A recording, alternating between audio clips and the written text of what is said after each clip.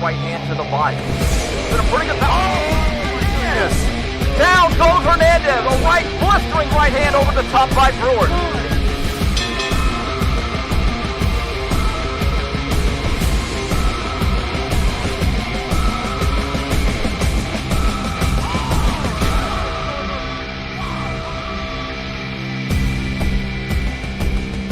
Omega Products International in Corona, California. Thompson Boxing presents 3-2-1 Boxing. 3 fun fights coming your way. We're in a pandemic, so trying to figure out how to get things going.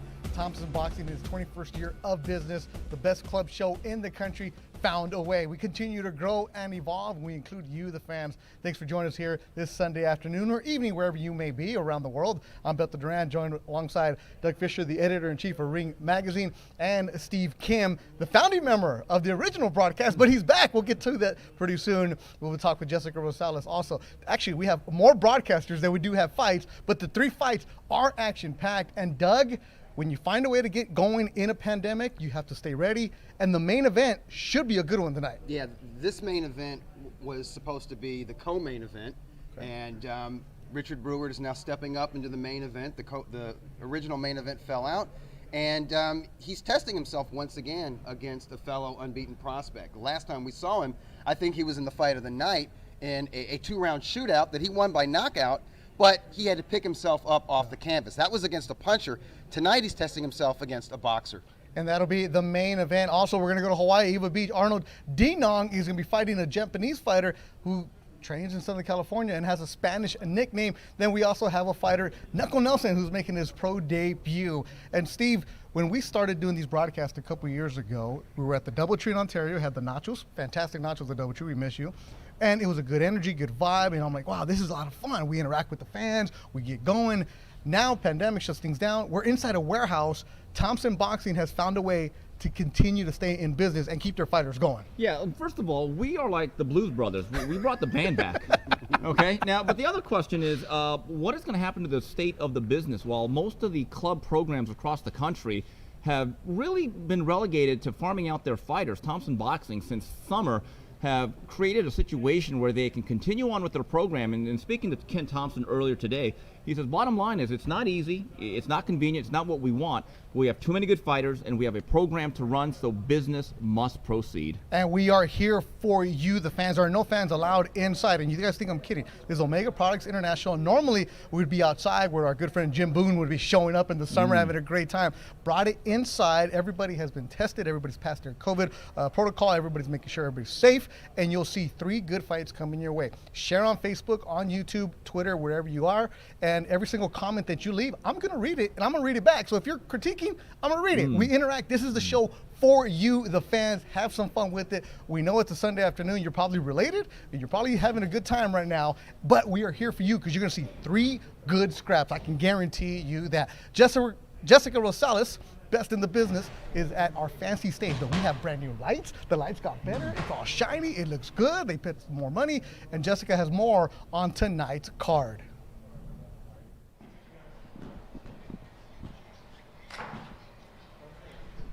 All right, guys, we are excited to be back in 2021. And of course, we do have several dates already on the calendar. So make sure that you guys are going to be marking those, because that means that there is going to be more 3-2-1 boxing, more Beto Duran, more Doug Fisher, more Steve Kim, and more Jasper Saltless. So we know that you guys want to join us for all of that. We also have Ken Thompson. He's going to be joining us a little later on in the show to tell us more about the dates that we already have planned for 2021. But let's talk about the fights tonight.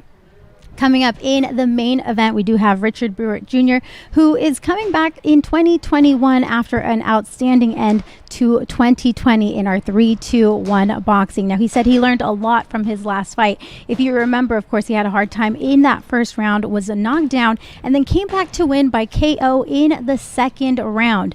His opponent, Nate Weston, says that he also learned a lot about Brewart in his last fight. He sparred with guys like Gennady Golovkin and Jaime Munguia, and says that if he was in the ring with Brewart and he heard him like that, he would not be getting up. So expect an all-out war in that main event. We got to also note that both of those guys have undefeated records. So even though they're both coming in here as undefeated fighters, we know that only one of them can keep that O. Now, in the co-main event, another pair of undefeated fighters. This one's going to also be exciting. We've got Arnold Dinong, who tells us he is more focused than he has ever been and has made some pretty big sacrifices, including moving from Hawaii to the Bay Area to really focus on his craft. Now, Katsuma Akitsugi, he tells us that he has been training non-stop since September, and Dinong could be his toughest opponent yet. But he also tells us that he's going to make tonight's fight a war and is going to force Dinong to clash with him in the ring. Now, that's going to be the super bantamweights in our co-feature for the night, scheduled for 6 rounds. Now, in just a few minutes, we are going to get the action started here, and we will have Mexico's Uriel Gonzalez against Nelson Oliva, who is going to be making his professional debut here on 3-2-1 Boxing. So before we get the action started, let's take a look back at yesterday's weigh-ins.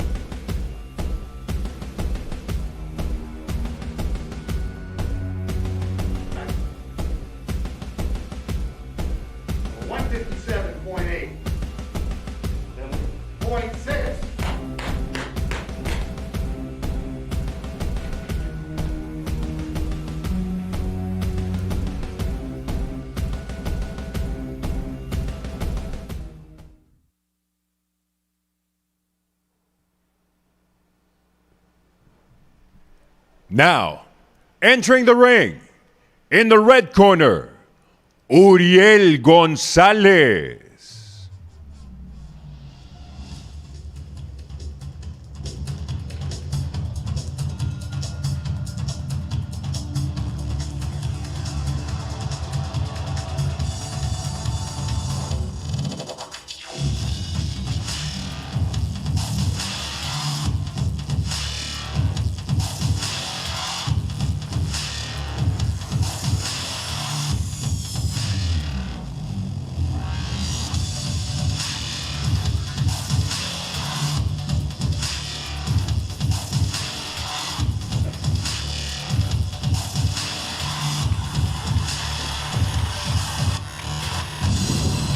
Uriel Gonzalez, San Luis Rio Colorado, Mexico.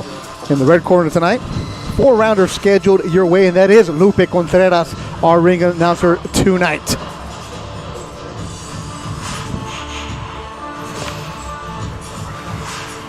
His opponent, in the blue corner, Knuckle Nelson Oliva.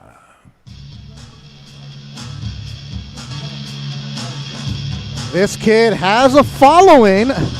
Nelson Oliva grew up in the 818, now living in Fontana, California. Henry Ramirez in his corner, making his pro debut. Was scheduled 2 years ago. An injury set him back. And then last year, well, COVID set him back. And he is finally making his way for his pro debut. Knuckle Nelson is the nickname. Given to him by one of his friends. Shout out to the friend that hooked him up.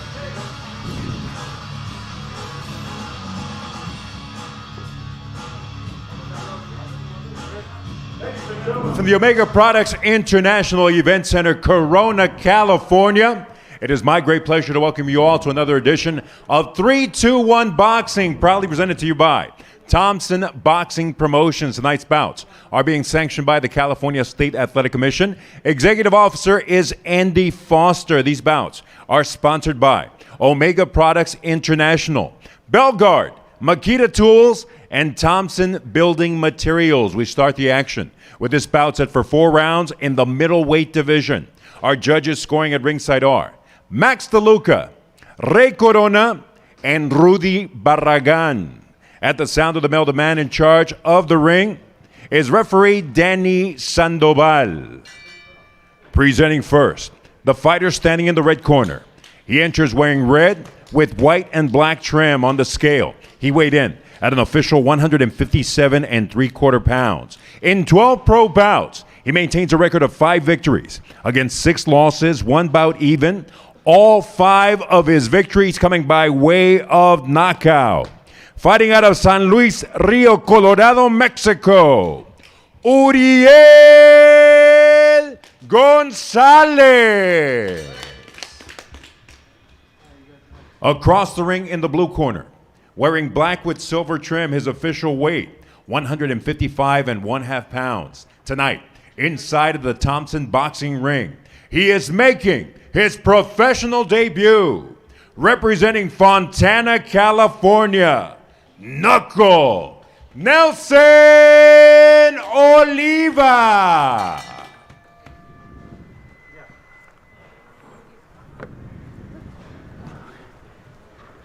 Okay.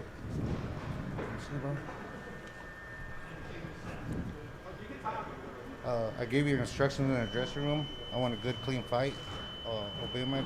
Obey my commands at all times and protect yourself at all times. Touch them up. Let's go to war. Daniel Sandoval will be our referee. See how these middleweights stack up. Oliva's 2 years younger. Gonzalez has a very slight reach advantage, and he's 1 inch taller.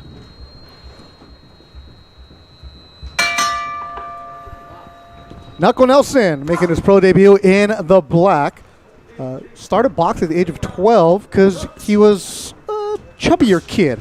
Left hand, southpaw stance, and according to Henry Ramirez, his trainer, he's very cerebral, but he also packs a punch. Probably one of the hardest punchers he has in his gym, and he's coming out strong right away. Oh. You said the right away. Yeah, well, Beto, right off the bat in the first couple of seconds, it was a hard left hand right down the middle. Quite frankly, it looks like Gonzalez really has no clue for that left hand from the backhand of Knuckles Oliva. Nelson Oliva. Less than a minute into the fight. See a strong frame on him. Dad Guatemalan, mom Salvadorian.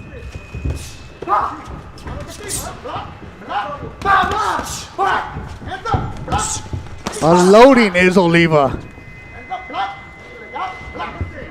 Doesn't look like he's making his pro debut the way he's taking his time. Yeah, he's very poised. He's not in a rush, even though he just scored a knockdown. And he's hurting Gonzalez with every shot, but he's taking his time.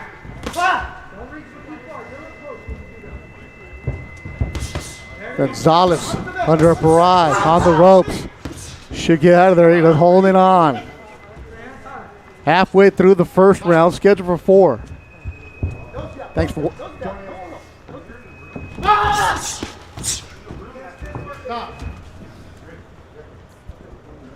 There we go. Thanks for joining us on 3, 2, 1 Boxing. Our first fight of the year. And Doug, when you have a kid making his pro debut, you have to tell him to calm down. Oliva looks like he's calm. Yeah, he's not in a rush. He's taking his time. He knows he's in command. He's already scored a knockdown. Probably on his way to scoring another knockdown in the final minute of this opening round. But he's not doing anything rash. Doesn't look like he's going to walk into any of those haymakers from Gonzalez, who has scored 5 knockouts in his 5 wins. So he does have to respect that of the Mexican tournament. You can hear the thudding body shots here at Omega Products International, and that drops him for the second time in the round. 4, 5, 6, 7, 8. You ready? Uriel Gonzalez in a world of trouble here in the opening round. Box. Final seconds of the first. Looking good is Knuckle Oliva. Nelson Oliva making his pro debut, gets through the first. And in the first round, this fight is brought to you by Thompson Building Materials, the best building materials resource in California since 1962 for the designer, builder, contractor, and for you, the homeowner. Call us or come by today and see why we always say we supply your demand. Thompson Building Materials, transforming spaces into beautiful places. Beto Duran, Steve Kim, Doug Fisher, Jess Rosales, and you, wherever you may be. I know Anthony Saldana's watching us. Our good friend Jim Boone Tickets, KO Tickets. We wish you were here in person. Richard Brewart will be the main event later on. Cuñado's checking in. Daniel Ochoa, Philip Monk. Said Thompson cards are always action-packed, can't wait. And you saw that in the first round, Steve. No, he certainly did. And you take a look at Oliva, his style. I certainly would not call him a finesse southpaw. He seems to have a very deliberate, hard, bit of a hunched-over stance. And that second knockdown was caused by some of those hard body shots you were calling, Beto.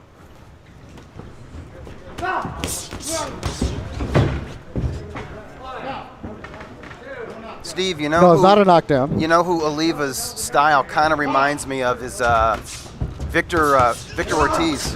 That's an interesting comparison. Another body shot. Gonzalez is just trying to survive here. I can see that look. A little Victor Ortiz for the fighter in the black and silver. Throwing his jab, and Henry Ramirez, his coach, says the same thing. I just recall that Victor Ortiz didn't always make use of a jab, and all of his punches were always hard. He put everything into every shot. And of course, he was a southpaw like Oliva. Linus Esquire watching golf and boxing right now. Let's, as always, what do you call him? The security blanket? He's a security blanket. We're seeing blood by the corner of the right eye of Gonzalez. It's probably courtesy of a left cross. And there's a couple more left crosses. Man, he is loading up on his punches. Here's the fighter making his pro debut, Nelson Oliva. Gonzalez going back. He's been in trouble since the opening bell. And that's it. Daniel Sandoval jumps in, saves the fight. Stop right there. As Nelson Oliva in his pro debut gets a second round stoppage. Steve Yeah, it Kim. was pretty simple. The southpaw Oliva was pitching, and it was Gonzalez catching throughout the night. Very heavy-handed fighter is Oliva. You know, he'll be interesting because he doesn't look like the type of southpaw that's going to be particularly elusive. But as I said before, he's very deliberate, straightforward style. Looks like he's going to make a lot of fights. Question is, look, he's not going to be a cutie in the ring. Is the second step of development as we go down the line here with Henry Ramirez is liver opposition down the line. But a pretty good start tonight for young Olivas. And here we are ringside. You can see it. We have the plexiglass around us. We're separated. Doug is over here. Steve's back here. Our crew in the front, California, Joe Pahar, the timekeeper, Richard Urides, and we're looking at a camera up here. So this is how advanced we're getting. Everybody has their own monitor. Everybody has their own light. We are here with you, everybody that's checking in. Let me just give you the shout-outs right now. Our man, Archbishop Stubbs, says boxing three-headed monster, us announcing it. What's up, Archbishop Stubbs? King Ghidorah. Yeah. Oh, now you want me to go to commercial? Bro, I'm about to give shout-outs and you want me to give commercials, man? All right, the director wants me to go to commercial. Let's go to commercial. We'll come back with the official announcement from Lupe Rivera.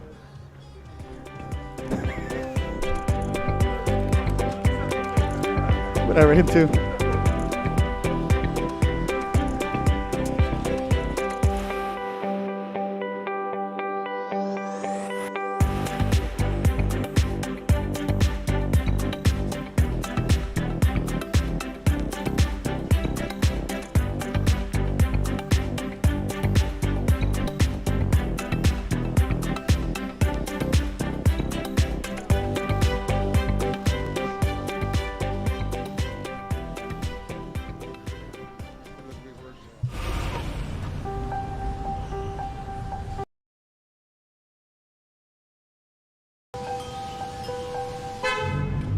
They may call individually, but we need to make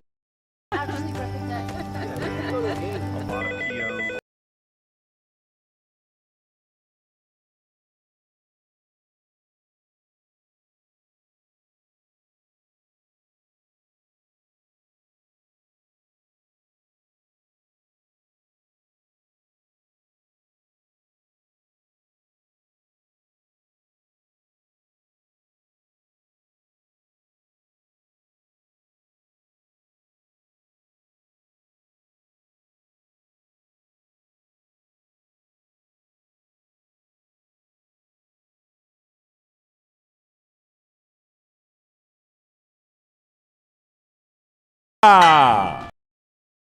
So Nelson Oliva gets his victory in his pro debut, a second round stoppage, 24-year-old, originally from the San Fernando Valley. He actually went to Cleveland High and was a water polo player, so he's used to some scraps.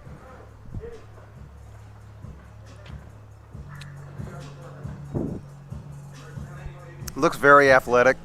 I think him getting down to 154 pounds, which probably no problem at all. I think that's the move. Doesn't look like a modern-sized middleweight, but very powerful. Good, powerful frame.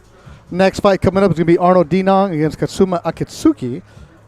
And let's see, as we were doing the shout-outs before they wanted us to go to the guys, Tim Boxale, our good friend Tim Boxale, is watching. And let me just say, if Tim Boxale was not watching this, I would be led to believe the fight card was not happening.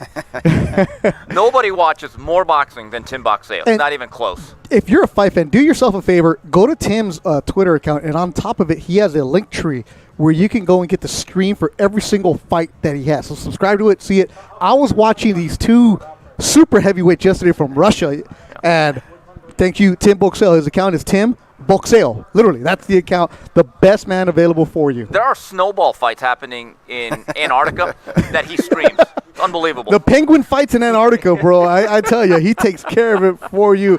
Also, let's see.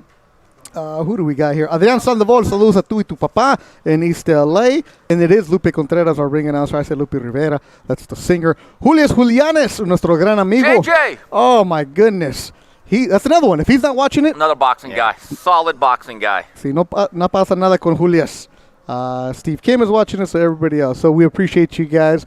Jessica Rosales is standing by at her perch. Let's go see what the best of the biz, Jess Rosales, has to say.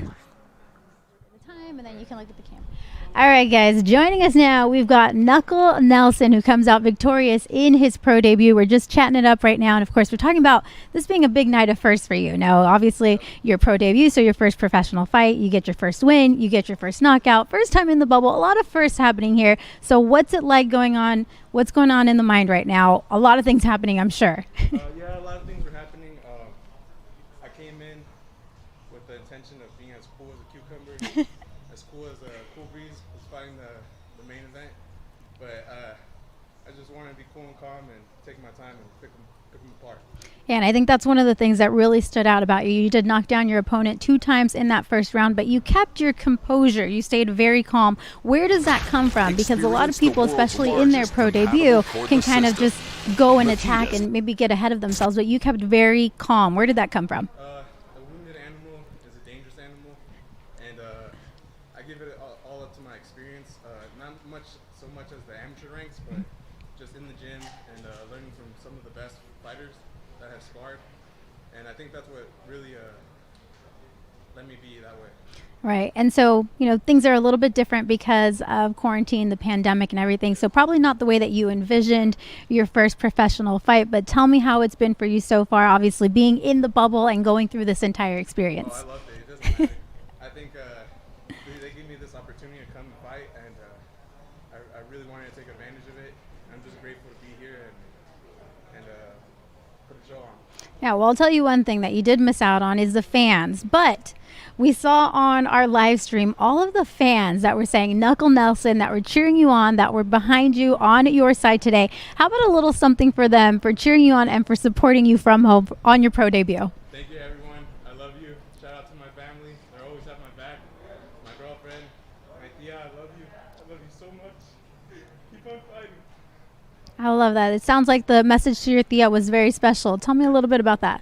She's going through a battle with cancer right now. She's going to win. I love her. You know what? If your tia is a fighter like you are, we know she's going to make it through this okay. And of course, our hearts are all with your tia through all of this. And, anything else that you want to say for us? I mean, this is a big night for you. Those emotions are coming out. Yeah. It's going to be the first of many. I promise that. And just come and see again. All right, Knuckle Nelson with the win in his pro debut tonight. Of course, we've got more boxing coming up in 3-2-1 boxing. But first, we're going to take a word from our sponsors. Stick with us after this. Experience the world's largest compatible cordless system. Makita's LXT batteries take you from power tools to outdoor power equipment. The blower delivers power comparable to a 24cc gas model. From the job site to your home, reach speeds of 116 miles per hour. Use Makita's cordless products anytime, anywhere. One system, endless possibilities. Now get 2 extra free batteries.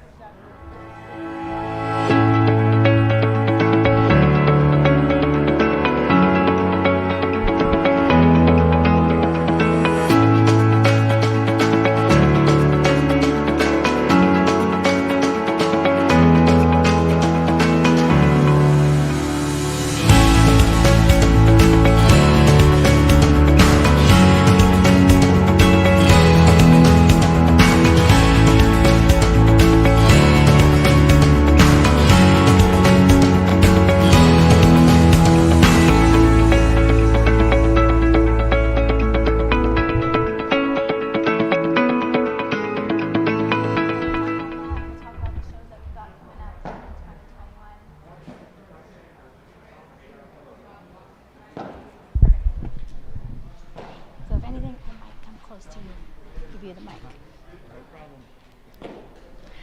All right, and we are back, and joining us now, we've got Ken Thompson, and of course, we've got a lot to talk about, and we started out this night with a pro debut, a KO in the second, and you know what? Not the first or the last of our 2021 shows. We're going to have plenty more this year. Tell us about that and how successful these shows have been, especially on a Sunday. Well, this is our 5th show, so we've done well in the last 4 shows. We've had great fights, great response from a lot of the people that have been watching. Our sponsors love it, so they jumped in behind us, knowing that without a fan base or anybody here in the audience, they have to raise money, and that's the way we've been doing it. So we've been very fortunate that way, and we're looking forward to the rest of the year as being another fabulous year. I think our next fight will be in April, so we'll be seeing a lot of our fighters on these cards. That's what we're keeping them busy. We can't just let them sit. They're all anxious. They're all jumping up and down. There's only a few shows around, and we have one of them. So we're going to work out hard and heavy all year long. Yeah, and I think, one of the fighters that we're going to be keeping busy, Danny Roman. I hear that you've got an update for us on what's going on with him. Well, Danny had one fight since his loss. He looked great. He's mentally in the game. Eddie Gonzalez is his trainer and manager, and he works him very hard. They work close together. He's perfect. He's never been more ready for a fight than Danny. You can count on seeing him here in the next couple months, and I think you'll see him back with a belt on. Yeah. I gotta ask you, what is it about boxing on a Sunday that just feels so perfect? I feel like, it's the end of the weekend, you get to relax at home. These shows have been so successful as far as the fans supporting and always tuning in. Right. Well, Fridays are a big night. Saturday's another big night. Sundays you're sitting at home wondering what to do, and you can turn the TV on, or you can watch your fight on ThompsonBoxing.com and see a fabulous show for free. Have some conversation with your wife, a nice dinner, and say good night. So actually, I think Sunday is probably the best day we could pick because it gives us a lot of fans out there watching with nothing really to do.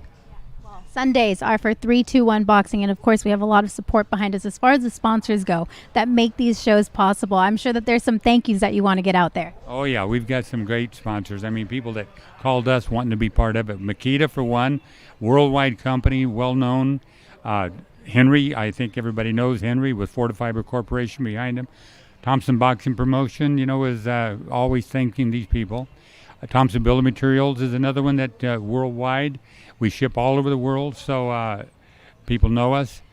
Omega International, not only do they ship all over state of California, but all over the United States, with locations all over the United States and in China.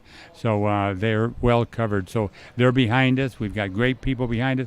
Belgard, one of the greatest companies and pavers you will ever see. So to be honest with you, the people that have got with us are part of our team, and we've all worked well together.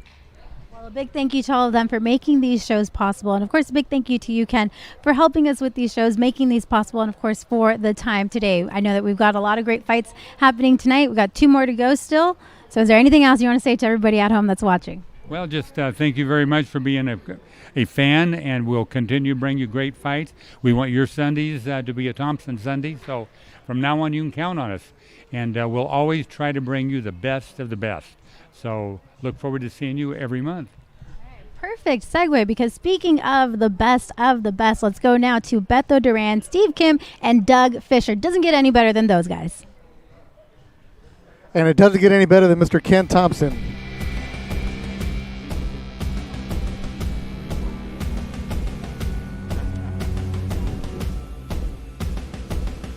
Tonight, I'm just go there and do my things and then bring the victory.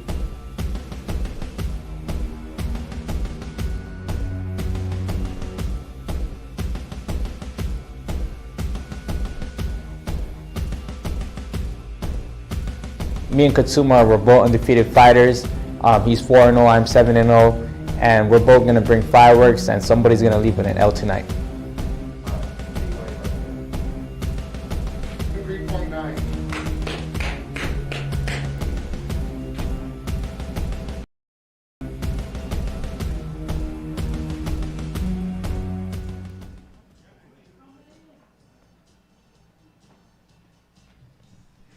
Now entering the ring, fighting out of the red corner, el cohete japonesito, Katsuma Akitsugi.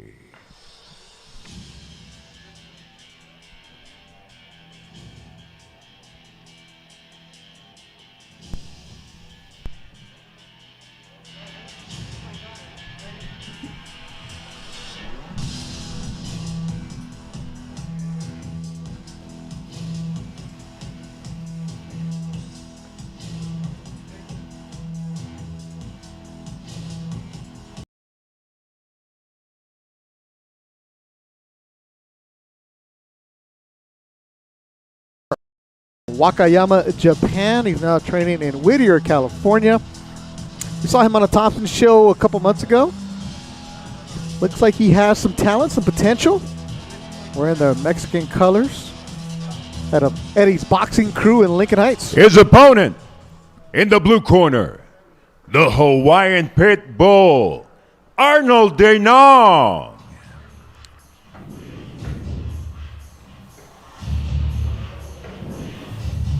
Arnold Dinong trains in Northern California, Aloha Time Boxing, with a good friend of ours, Bruno Escalante, from Eva Beach, Hawaii. And all the Hawaiians that are watching right now, you guys better share. We see you leaving the comments. Jessica Trujillo, young fighter that we've seen on Thompson Show, started in Salinas. I think we saw him in Sacramento, maybe. Seeing him grow. He's 7-0. Only one KO, and this is a good one tonight. Matched up very, very evenly. Looking forward to our co-feature. Beth Duran, Doug Fisher, Steve Kim, Jessica Rosales, and Lupe Contreras is the ring announcer. Thank you for joining us tonight. We continue with the action here at the Omega Products International Event Center. It is 3-2-1 Boxing, proudly presented to you by Thompson Boxing Promotions and being sponsored by Thompson Building Materials, Henry Fortifiber, Infinity Bank, Weston.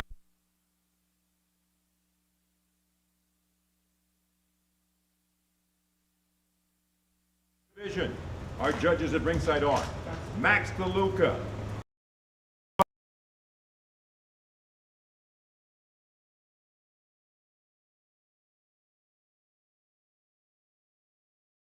Now, two undefeated fighters enter the ring, but someone's gonna take an L tonight. Introducing first, the fighter standing in the red corner. He enters wearing the colors of Mexico, green, white, and red. His official weight, 124 pounds. Undefeated as a pro, with 4 victories. One of his victories coming by way of KO. Fighting out of Wakayama, Japan, El Cohete Japonesito, Katsuma Akitsugi. Across the ring in the blue corner, wearing green with white and black, he weighed in at an official 123 3/4 pounds. Like his opponent, he too is undefeated. In the 8th time entering the ring as a pro with 7 victories. One of those victories coming by way of KO. Fighting out of Eva Beach, Hawaii, the Hawaiian Pit Bull, Arnold Dinong. Go fighters, 2 seconds. Mouthpiece. So, little high. So right here will be good. These are perfect. Right here will be good. Agree. Touch gloves if you want. God bless. Veteran Ray Corona will be third man in the ring.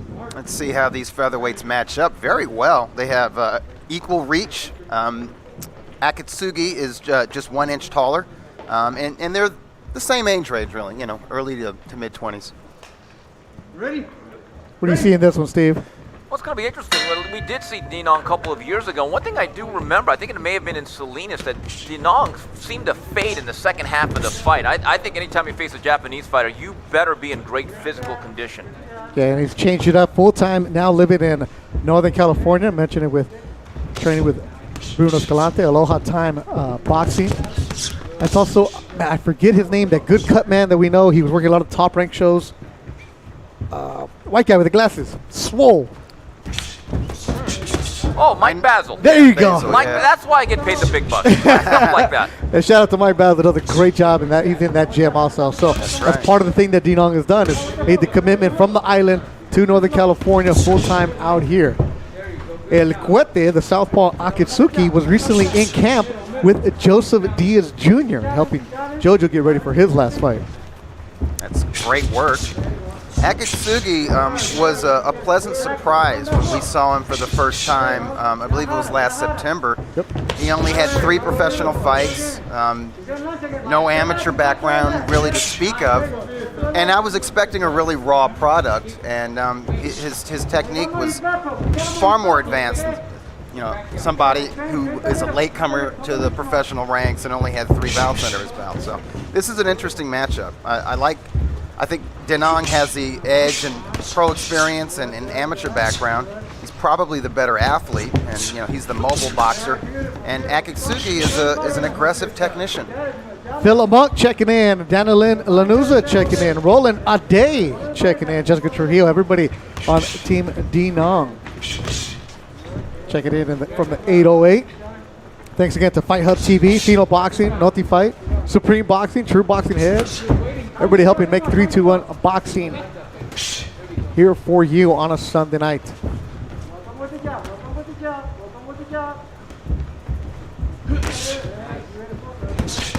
Normally, fighters with these records being brought this way, Steve, wouldn't be fighting each other this soon. I find this interesting. Dinong is 7-0, and there's not a lot of managers in their 8th fight who want to fight any lanky, tall southpaw. I mean, Akitsugi brings some real dimensions. He's tall, lanky, and he seems to be very aggressive, and he's in and out with his movements. This is a tough style to figure out and decipher early on for Dinong. This was scheduled for 6 rounds. Our co-main here on 3-2 Unboxing this Sunday afternoon from Omega Products International in Corona, California.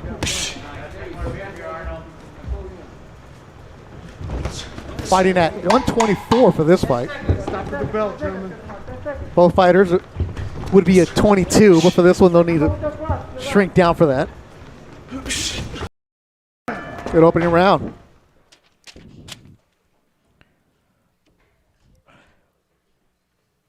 As always, want to say thank you to everybody helping make Thompson Boxing available for you. But this fight is brought to you by Thompson Building Materials, the best building materials resource in California since 1962.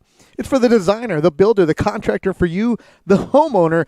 Call us or come by today and see why we always say we supply your demand. Thompson Building Materials, transforming spaces into beautiful places. Saludos, Miguel Montelongo in Pasadena, California. Everybody checking us out. Make sure you guys tweet at Steve Kim. What is your Twitter? You have so many different aliases, my man. Well, currently it is very simple. It's Steve Kim 323. All right, the Pride of Montebello. And then your Instagram is Steve Kim Orale. Dougie, you are just what? Dougie Fisher? Dougie Fisher. The editor-in-chief of Ring Magazine. And the magazine just had a beautiful edition, Doug. Oh, yeah, our special edition celebrating the 50th anniversary of Fraser Ali 1. With Sloan art? Yes, Oh. that cover is it's definitely a collector's item. And how could you order if you just want to get that? If you just want to buy it, you can buy it from the Ring shop. Go to ringtv.com and go to the e-shop, and you can purchase it. It was a great cover. Love And Richard do it now Sloan. because they're going fast. Yeah, they are. Yeah, the allotment that we've put to the e-shop is going to sell out. El Paso, Texas, check it in right now. Web box. This was scheduled for 6. Back and forth action. El Cuete is the southpaw. Katsuma Akitsugi left Wakayama, Japan. Said he had to come to the United States. Has a manager who's helping him out. He lives in Whittier, California. Eddie's boxing gym in Lincoln Heights. So during the pandemic, for his last fight, he was training in his trainer's backyard. Right. Now there's an actual gym. Things are back to normal as best they can be for them. Well, that's a good thing. He needs to be sharp for this fight, and he's looking sharp. Although I gave Dinong the edge in the opening round. I thought he stuck and moved really well, and this round, Dinong is planting his feet a little bit more. He's being a little more aggressive, which is not an easy thing to do against Akitsugi, because Akitsugi is he's clever. He's not easy to catch clean, and he's always in position to punch back. Each fighter with only 1 KO, so I can see this one going the distance back and forth. Dinong in the green. And we could have some really close rounds. Max DeLuca, Daniel Sandoval, Rudy Barragan are your judges. Ray Corona, third man in the ring. Minute to go in the second. Good action. It's good back and forth. As Doug mentioned, a lot of close rounds. Honestly, I gave round number 1 to Akitsugi. And I could see that. And right now, this is a battle of distance. From the outside, it is a southpaw controlling things. And you see Dinong trying to make more of a concerted effort to close ground. And I think Akitsugi landed a real good uppercut right down the middle. That certainly got the attention of Dinong. And he followed it with a strong left. Alex Salcedo in El Paso, Texas. So El Paso coming strong. El Paso, where Oscar De Loya once fought at the Sun Bowl. Patrick Charpentier, summer of 1998, drew 48,000. That was the star power. 48,000 for that? That was the star power of the Golden Boy at that point. Is that when he walked in with like the brown outfit and sombrero, and every woman was going crazy? Sun Bowl. Larry Smith would love that. So did Todd Marinovich. Yeah. Seemed like U.S. every single year. Nothing like a 7-5 team going to El Paso on New Year's Eve. And if you're watching Thompson Boxing for the first time, you feel like it's a loose conversation. Like, wait a minute, these guys actually talking to me? Yes, we are interacting with you. Leave your comments. And there you see our main event coming to the building. That's Nate Weston, because he keeps it 100. That's why he had that shirt on from L.A., originally from Atlanta, Georgia. He's 6-0 with 2 stops. He'll be taking on Richard Brewart, and that comes up next. That's the face of Arnold Dinong, the Hawaiian Pit Bull. Ashleen Dinong. So that's my brother. All right. Is it really your brother? Just 'cause you got the last name. Ben Yosef, what's happening? Good fight. So I was back there talking with Akitsugi. He understands a little bit of English.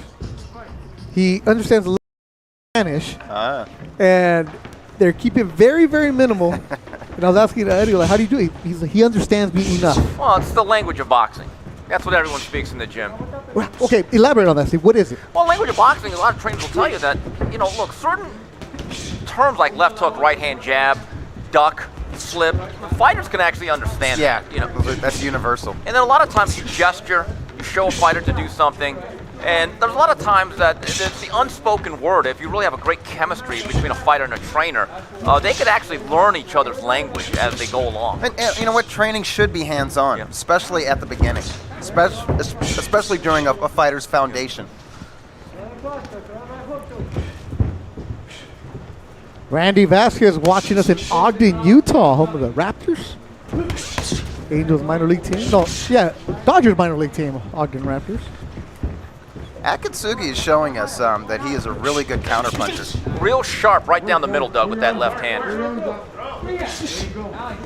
I think Dinong needs to make this a phone booth battle, if you remember those things. Because from the outside, if you just look at the dimensions and the reach, Akitsugi has a real good advantage. He's really, really quick off that trigger right down the middle. I think Dinong can be on the outside, but he needs to move. He can't be on the outside and stand right in front of Akitsugi. Dinong with Bruno Escalante in his corner.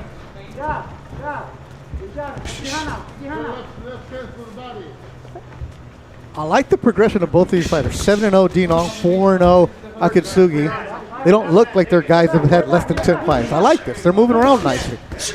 And there's that phone booth you're talking about, right, Steve? Well, I think if you're going to make this chest to chest, this is where Dinong probably is going to be a little bit more effective than purely from the outside. See, again, right there, he ran into something, that quick 1-2, although he lands a good right hand inside. But again, that's when he closes the gap.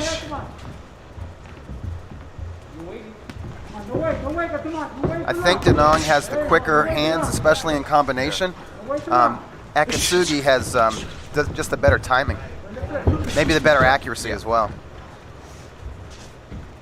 And I asked Akitsugi, what did you learn about sparring with Joseph Diaz Jr., at the time was the IBF champion?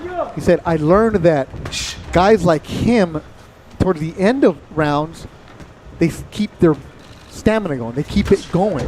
Like, I was fading at the end of rounds. I couldn't do that because JoJo was teaching me that it was going to hurt if you let off at the end of the round. The first day he showed up, they said, okay, you're going to do 4. He ended up doing 8 and got the call the next day. We like your work. Why don't you come back again? And how many times have guys gone to spar, then all of a sudden the next day they forget their mouthpiece? You see that a lot at Wild Card, right? No, we do. I mean, look, it's a rite of passage for any young fighter at this level to face a world-class practitioner. And by the way, Joseph Diaz last week disputed draw and losing his title on the scale. It's going to be very interesting to see what happens to his future with Golden Boy.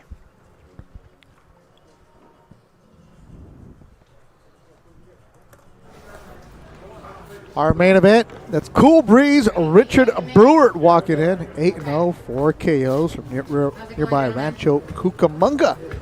Showtime. Be in the main event, and you guys worked his last fight in December, where he hit the deck early, didn't he, Doug? Oh, he went down in a way and was shook in a way that we were thinking maybe he doesn't get out of this round, or maybe he can't recover in with one movement. Yeah, I mean he did recover. But and that just showed his composure, his poise under fire. But when he was first hurt, the way he was so wobbled, it looked like, well, maybe the fight could end. And then he got up and ended it when? The next round? The very next round. That's also another thing, Steve, you like seeing the development of young fighters where you got to get tested. No, you do. There has to be a little bit of a situation where you have to run into at least a little bit of professional resistance. I thought last night 2 really high-end prospects on the top-ranked banner, Elvis Rodriguez and Xander Zayas. I thought they got some real quality work over 6 and 8 rounds. Those type of experiences and getting drilled in the canvas, getting up and winning are so much more valuable than these early highlight reel knockouts. Oh, good right hand by Dinong. Yeah, Dinong's putting on the pressure, lands an overhand right. This time he's backing up the Japanese fighter who's against the ropes for the first time in this fight. Beto, I think there seems to be a real sense of urgency for Dinong. My scorecard means nothing, but halfway through I have it 29-28 Akitsugi. And Doug, a completely different approach from Dinong in this round. Yes, and the aggression is working for him. He's crowding Akitsugi. Akitsugi's punches are push down. Yeah, that was a trip. Akitsugi's punches are probably more effective or have more leverage from mid-range and long range. And this is what Steve Kim was asking for the last couple rounds for the Hawaiian. Get close, chest to chest. Don't give him room to breathe. Hey, Steve was right. Yeah, well, the thing was with Akitsugi, and Doug, you mentioned it, with those long arms, it takes a little bit of time to unfurl them. So you need a little breathing space. You need a little airspace. If Dinong can just find that sweet spot right in the mid-range, he's going to generally beat Akitsugi to the punch. Hawaiian Pitbull is the nickname for Arnold Dinong, coming out like 1 in the 4th. And I think he really needed to. I had it after 3 rounds, 28-27. So I scored the first round for Dinong, but rounds 2 and 3 for Akitsugi.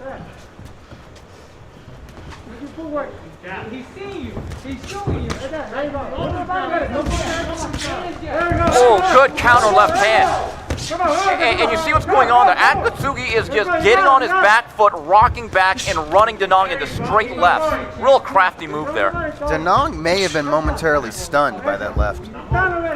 Crafty move. You don't normally hear that from a guy who's 4-0.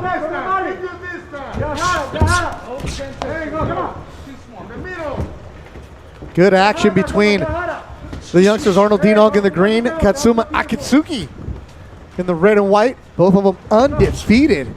4th round scheduled for 6. And this is a tough one to score. I thought the first minute was pretty much dominated by Dinong, but from that point on, Akitsugi again landing a slapping left hand, kind of stabilized the action and starting to corral Dinong from the mid-range and outside. Ray Corona telling them instructions in this referee. Final seconds of a very, very tight 4th round. So the action picks up in Corona, California. You're watching this fight on Facebook, make sure you share, comment. We read them all. Like Hoku Ganotisi says, push the fight, Arnold. No let off. Daniel Ochoa. Hey, Daniel Ochoa. How you doing? Saludos. Loyal viewer Thursday is on Thursday nights. Look at the replays. Steve.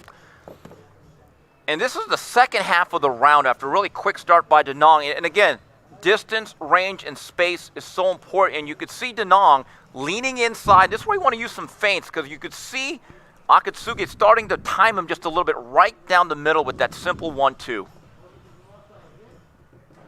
Marquise Johns checking in. Oh, Marquise. brother Marquise. Said fun fight so far. Weak Sauce Radio. Pretty cool. His location, wherever the ring bell is at. Big. What's up, Marquise? Appreciate you and the work that you do. Try to read all your articles much as I can, man. Much as I can. And also the creator of the Liver Shivers. So if you guys want to see somebody's liver get shivered, go to his Twitter account. He's got them up there for you. Somebody checking in on this Sunday night. Stop! Take a step back all the way. Now get out in the middle. Veteran referee Ray Corona. Mina Dinong checking in. Carlos Ponce, hey, Compton Boxing, how you doing? Saludos. Good shot landed by Dinong with that right. Worked off the ropes nicely, did El Cuete Akitsugi.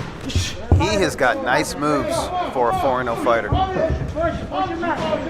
4-0 four-round fighter. Really. Yeah. Up until now, a 4-round fighter. And he's got little moves like that. His first 6 rounds scheduled. The first time he went more than 4 rounds is when he sparred with Jojo Diaz 8.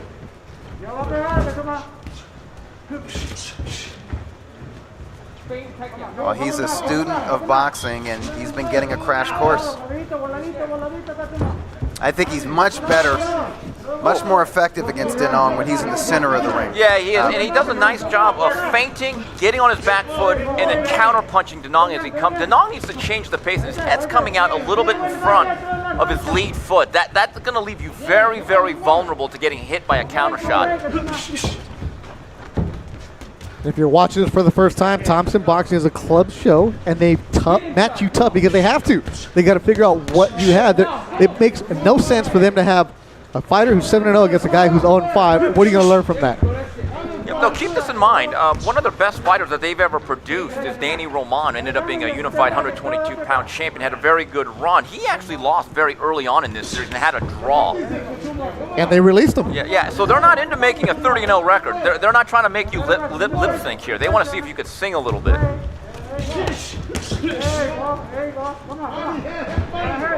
Michael Mendiola, you're right. Main event. Nate Weston used to be sparring with Jaime Munguia. We'll get into that story later on. That's our main event next. Brewart and Weston, but right now Arnold Dinong and Katsuma Akitsugi in a good scrap. A tough one to score. This back and forth action since the opening bell. 30 seconds to go in the 5th.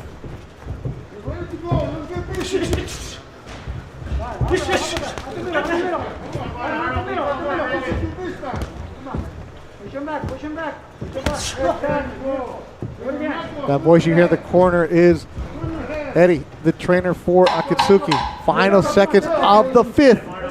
As we're going to head to the 6th in a tight one. Back and forth.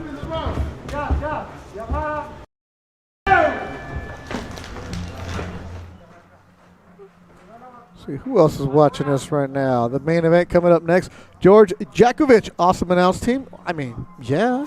I mean, we haven't even started drinking yet, bro. That's next round. AJ Rage, gotta love Sunday Night Boxing. Yeah, you know what? Right at this stage, we just love boxing any night.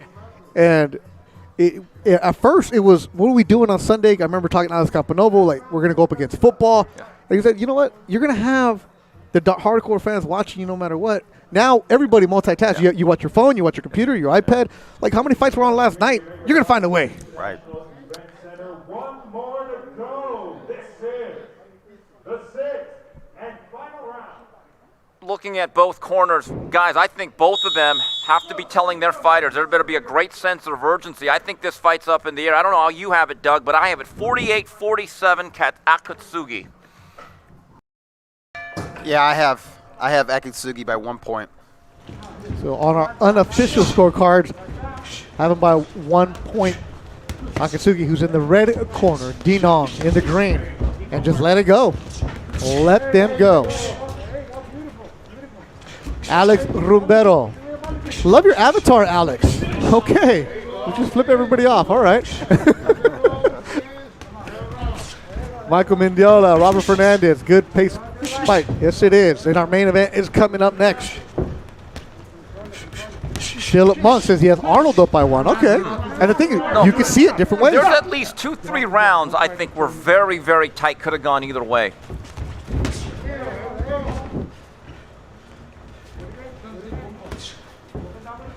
Both fighters undefeated. The 6th and final round.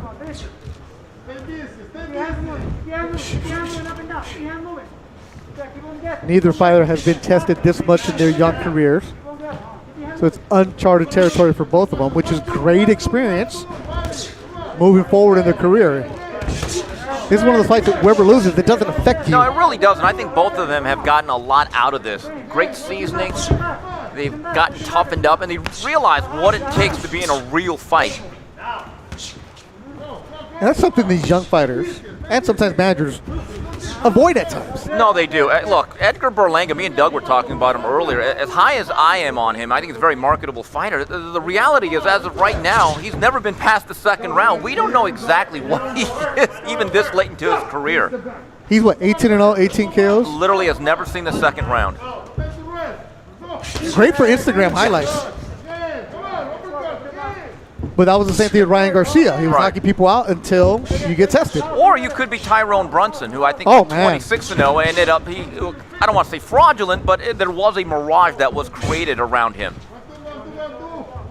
Alex Ribeiro, okay. His profile pic isn't him flipping you off. It's Bob Arum flipping you off. See? The Bob father. He said this fight isn't hard to score. El Cuete is ahead. Adan Ochoa, I beat both fighters on my worst day. Adan, well, you're more experienced than them, bro. Like, how many fights do you have compared to them? Come on, man. Tell you what, I like the effort from both junior featherweights in this 6th and final round. 7-0, 4-0. And credit to both of them even taking the fight. Because you're going to come in 3-2-1 boxing, you better be ready to scrap. That's what you're getting.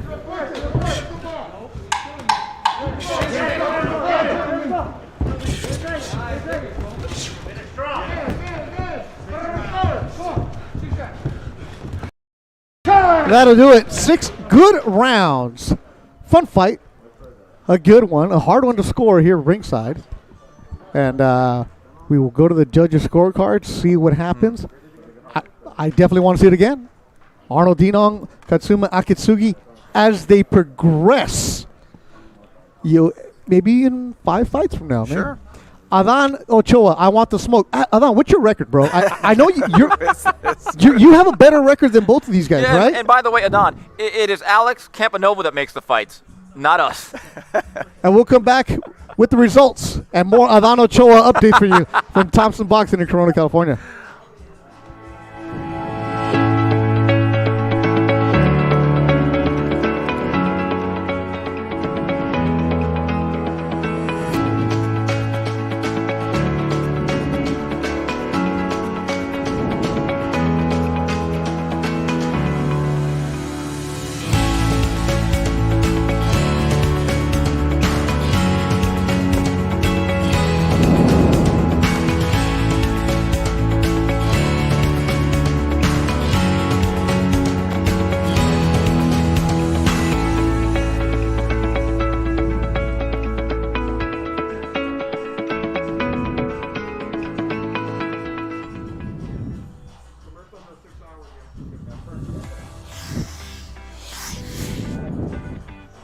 Discover the advantages of the Henry Fortifiber 123 moisture control system.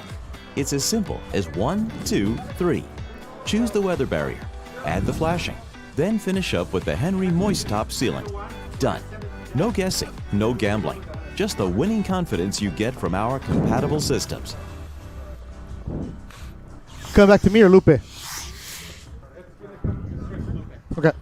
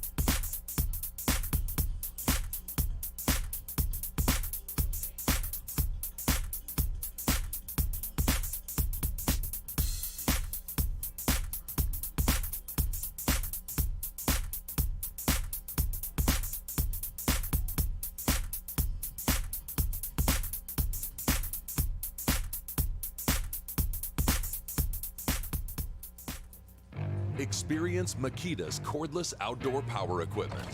The mower is a part of the world's largest battery system and cuts non-stop for up to 2 miles. The self-propelled model makes mowing effortless. Get unstoppable power without the hassles of gas. Reach speeds of up to 116 miles per hour with the single battery blower. One system, endless possibilities. Now get 2 extra free batteries. Back here, ringside, Bethel Duran, Steve Kim, and Doug Fisher. Ringside here, they're tallying up the scorecards between Arnold Dinong and Katsuma Akitsugi. A lot of you guys leaving the comments saying you can see a draw. You can see it going for Katsuma. You can see it going for Arnold Dinong. So that's the type of fight that we had. And for those of you who are saying, oh, his nickname, El Cuete, it's not Rocket. I asked the coach, what's the deal? They said, El Cuete, like a firecracker. You know, the slang terms that we have when it's 4th of July, El Cuete, there it is. So that's why that's his nickname. So I know the proper term would be something else. But hey, slang. That's what happens when you live in Whittier and you train in Lincoln Heights, right? They do all kinds of things for you. Steve, real quick from you, your unofficial scorecard. 58-56 for Akitsugi. And Doug, your unofficial? Yeah, 4 rounds to 2, Akitsugi. Okay, that's what our unofficial scorecards have here ringside. Also, shout out to the Mayor 007, Eric. I don't know your last name. My #1 troll. All he does is take pictures of me, and he posts me looking terrible. As I always like to say, I love my fans. Because, Eric, you, the Mayor, you're watching me. I ain't watching you. So we are having a good time here. We do interact with everybody else. Sherelle Jimenez says Team Dinong. Israel Luna, Team El Cuete. So appreciate everybody leaving the comments for you. Kia Wolford. And shout out to everybody in Hawaii that's been watching and supporting and sharing the 808 Eva Beach. And the man from Houston, La Voz, Lupe Contreras. After going all 6 rounds here at the Omega Products International Event Center, we consult the official scorecard to determine a winner. Judge Sandoval scores the bout 58-56 in favor of Dinong. Judge DeLuca, 58-56 in favor of Akitsugi. And Judge Barragan scores the bout 59-55 in favor of the winner by way of split decision. El Cuete Japonesito, Katsuma Akitsugi. Katsuma Akitsugi improves to 5-0. Arnold Dinong loses for the first time. Katsuma Akitsugi showed up at Thompson during the bubble, but we didn't know much about him. Easy win last time. Today gets tested against Arnold Dinong. I liked what I saw, and I think Alex Campanovo, matchmaker, really likes it too. I would describe this as hard-earned and well-deserved, and as it relates to Arnold Dinong, I don't think it really sets him back. I thought he showed some things. This fight was very, very close. It's the type of fight, unfortunately, Doug, we don't see enough between young prospects. Agreed. It was a competitive fight. It's a fight that Dinong's going to learn from, like you said. I think Dinong needs to kind of figure out his ring identity. Yeah. I think it was... he was switching it up a little bit too much, didn't stick with one thing, whether it was, being on the stick and move or being the aggressor. And when he was the aggressor, he didn't always stay in the pocket long enough, but that's not an easy thing against a guy like Akitsugi.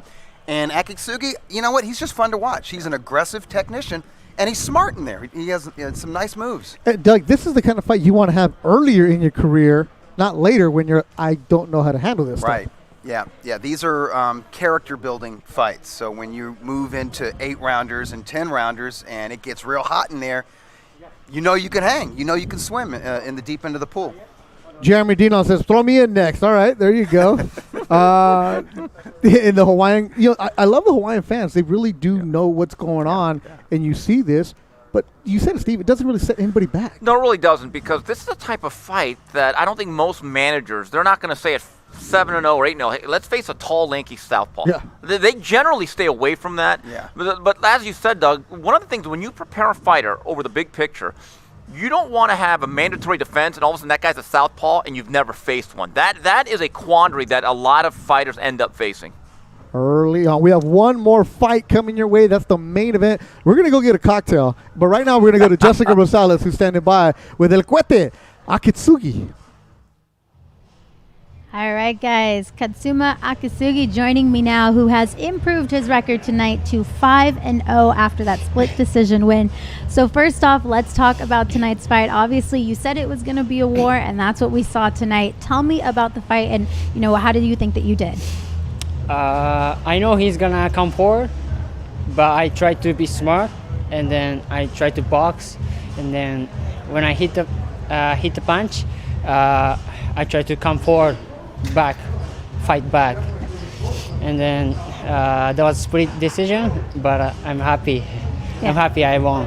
Yeah, and won by split decision. Obviously, some very close rounds in there. Did the fight feel as close as the scorecard said? I think fight was close, Yeah.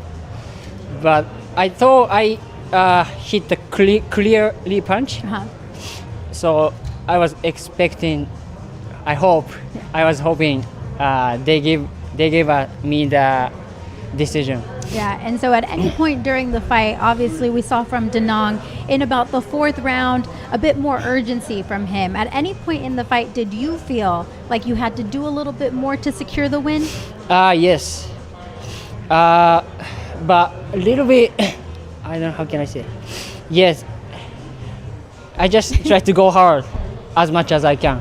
All right, and so what did you think of Dinong's performance tonight? Obviously, he didn't make it a very easy win for you. He was a tough opponent. Yes, I expect every opponent is tough.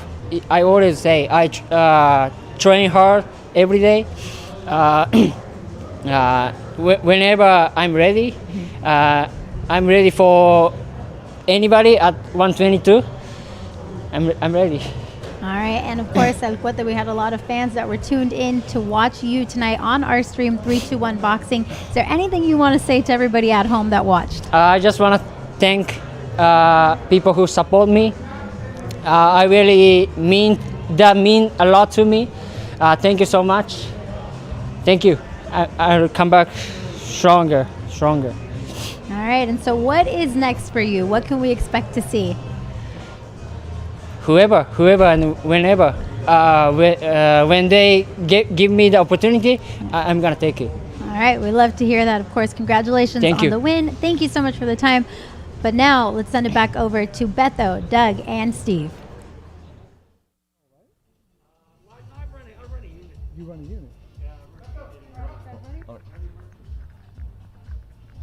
You want me to talk right now? You want me to talk? All right, we'll talk because we've been having a good discussion about what's going on. We enjoy you, the fans, and some of the comments that you've been leaving because the fans that we get on Thompson Boxing are really smart about it. So we thank you so much and continue to share. Our main event is coming up, but before that, when you have Doug Fisher and Steve Kim here, you want to take advantage and talk about the current events of boxing. So it's not the 3 knockdown rule. No Mario Lopez here. No free swag for you. No Teofimo's dad coming on right now. But we're going to have a chance to go and talk about what's going on. And last night, Doug, I'm going to start with you. In Las Vegas, Oscar Valdez, Miguel Berchelt. I thought it could be the beginning of a trilogy, but the way that Valdez came in as a huge underdog and just knocked him out, wow. Hey, this is why they fight the fights. And this is why we love boxing, because it is the theater of the unexpected. If you would have asked, 10 experts, right? 10 fans, hardcore fans, 10 members of the media, who's going to win this fight? Even the folks that have love for Oscar Valdez would say, listen, he's just too small. Yeah. It's a featherweight against a big lightweight who can boil himself down to 130. And, he's got this long title reign. He's scored all these knockouts. He's a volume puncher. He's always shown to have a pretty good chin. I mean, I know he has that one loss, but a first round loss, but that was many years ago. Yeah. As a championship fighter, we haven't seen this guy hurt. And so what does Valdez do early in the fight? And he needed to. He hurts him. He drops him in the 4th round. And now everyone who's sitting down is standing up. Everybody is totally vested into this fight, and it was I don't want to say epic, I don't want to overdo it, I don't want to give in to hyperbole, but it is a fight of the year front runner. The year has just started. Knockout of the year.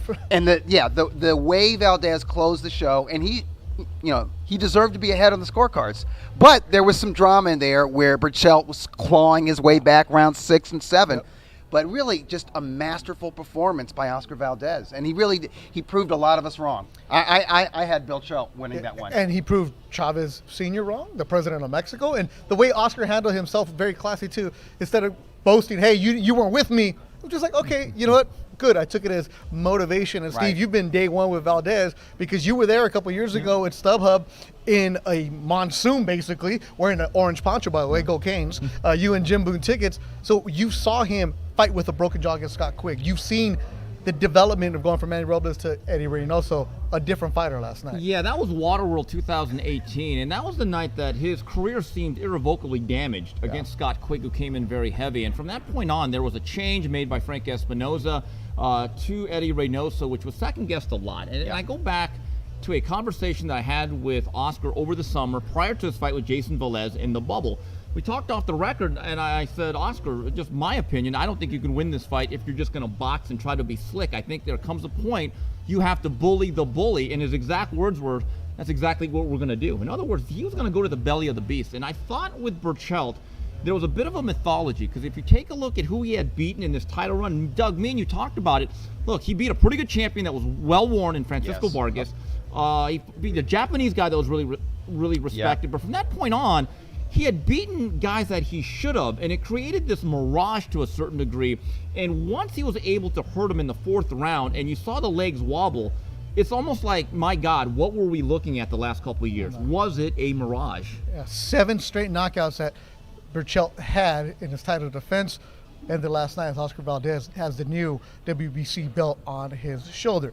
Now, staying with the Valdez camp, he was with Eddie Reynoso, but one person who he was FaceTiming with yesterday, Canelo Alvarez, who is fighting in February, Steve? Am I wrong here? Well, okay, look, he's going to try to become Oscar De La Hoya in 97, actually fight a lot. Now, when it comes to Yavne Yildirim, this is his WBC mandatory somehow. Yildirim, look, we mentioned Patrick Charpentier earlier. He's not quite at that level. He's actually a little bit more solid. He gave Anthony Durrell a pretty tough fight February of 2019. That's why he's the WBC mandatory. Right, because the vacant belt was on the line, and it was kind of controversial. Durrell kind of found a trap door as he got cut, which was interesting. And look, Yildirim's with Joel Diaz, and anyone that's with Joel Diaz, good by me. But there is a talent gap here. You love that guy. To me, it's a stay busy bout, and he's going to fight Billy Joe Saunders in May. I'm going to be bold, and I'm going to say Canelo wins. Going out on a limb there, Steve Kim. But it's also, we've worked many Canelo fights over the years. We know the Golden Boy. We knew May, September, that's when we're working. Exactly. Wow, a fighter fighting 5 times possibly? Right, maybe, possibly 5 times in a 12-month span because he fought in December. But to have 4 fights in a calendar year, like Steve alluded to, it's been decades since the elite fighters do that on a regular basis. And when Steve and I came into boxing, as first as fans, in the early 90s, you had guys like James Toney fighting 5, 6, 7 times a year. They weren't all title fights. They weren't all killers. But enough of them were the top fighters to where it was okay if they took like a Yildirim level fighter. So if Canelo Alvarez, the rest of his dance card is Billy Joe Saunders, Gennady Golovkin, and Caleb Plant, guess what? Don't complain about Yildirim. Yildirim, yes, he's not a top tier guy, but he's solid. And when the pound for pound #1 fighter in the sport and the biggest star in the sport, at least in North America, is fighting that often, it's good for boxing. Just like it was good for boxing when Oscar De La Hoya was fighting 4 and 5 times a year, or Shane Mosley, or any of those fighters from the 90s. And we'll see that February 27th. Next weekend, actually, Canelo Alvarez will be in the ring. The next Thompson Boxing Bubble will be in April. We're going to get a full schedule for you later on as the broadcast continues. But Steve, we're starting to see things opening up in the boxing world. There's some fans allowed in certain states, certain venues. What's the latest that you hear? Well, look, next week as Canelo fights at Hard Rock Stadium, there will be crowds. I mean, look, it's going to be limited. There will be social distancing and there will be guidelines. My understanding is that coming into April and beyond, you're going to start to see more and more events with at least a limited crowd. Bob Arum has made it very clear to me and other reporters recently. Last night was their last night in the bubble, which they've done exclusive shows since about June 9th. I was able to cover one of those. And look, Bob basically said, I need to make money. And I think they all need to make money. This is a way to kind of bridge the gap, keep the business moving. And jurisdictions like South Florida and Miami, my understanding is in mid-April, there could be another show, which is going to be pretty solid with some championship stuff. So any jurisdiction that is going to allow events, which means California may not get one for a while, but I know that Las Vegas, places like the MGM Grand, they're going to start to open up their business. So again, if you're a boxing fan that wants to get out there into a live event, I think within the next 6 to 8 weeks, you'll start to have that opportunity. And that's the possibility. And so Las Vegas is done for Top Rank. Their bubble is shutting down. It's burst. It's burst. Well, yes. Thompson, we keep ours going because we're in California and different rules apply to different states and different jurisdictions. Leave your politics out of this, Steve Kim. And we will not get involved with it. There you go. Jessica Rosales, save us right now. Let us know what's going on with our main event. It feels really good to be on the main event of 123 Boxing. It's actually my first main event, so I'm looking to put on a great show. I really appreciate Thompson Boxing for making this event happen, especially during COVID. You know, it's been a long time, so I'm very excited to be back on the ring and excited to be doing the main event. My inspiration for fighting is usually just for greatness, you know, pursuing something, trying to be great. But for this particular fight, I'm dedicating this fight to two people, Cynthia Saldana, who's lost to the coronavirus, and also George, who's lost to coronavirus as well. But when I'm in the ring, I usually just fight for greatness, just to be great at something. I don't know much about Richard Brewart, but I have seen a little bit of film of him. It seems like he's very tough. I think that's one of his best attributes is his toughness. It seems like he's a determined fighter. And what I plan to do to remain undefeated is give it my all, give it my best. I know I prepare well. I've trained extremely hard. So with those two things happening, just not overthinking, just doing my thing, I'm pretty sure I will come out victorious. So it's great to be back tonight. I'm ready, in shape, been training hard.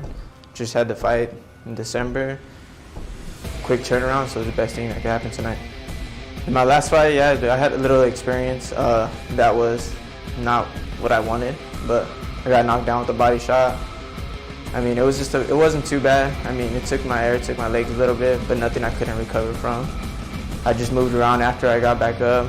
Second round, came out, fought smart behind my jab, set him up, tied him, and caught him with the right hand and knocked him out. Nate Weston, I know he's gonna be tough, but he tries to box, but I don't see anything that is going to disturb what I do. I think I'm miles ahead of him when it comes to skill.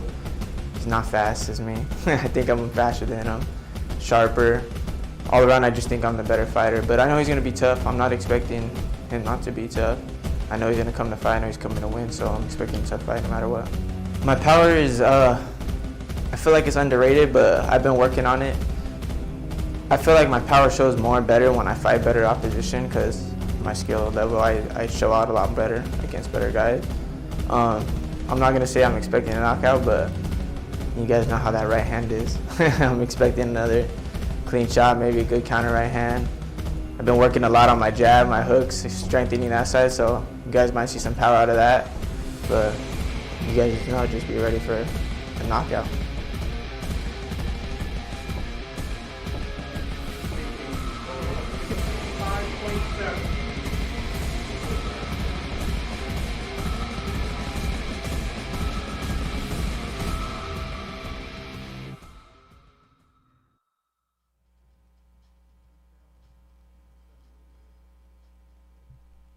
Now entering the ring, in the red corner, Nate 100 Weston.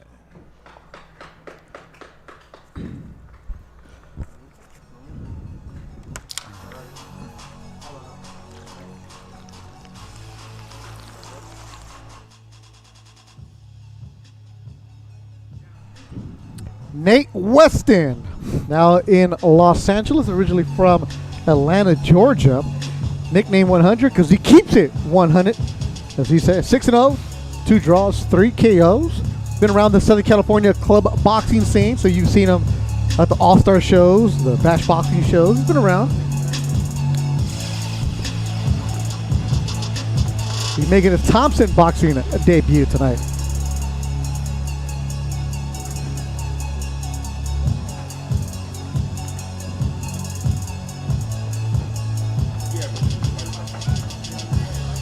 His opponent in the blue corner, Richard Cool Breeze Brewart.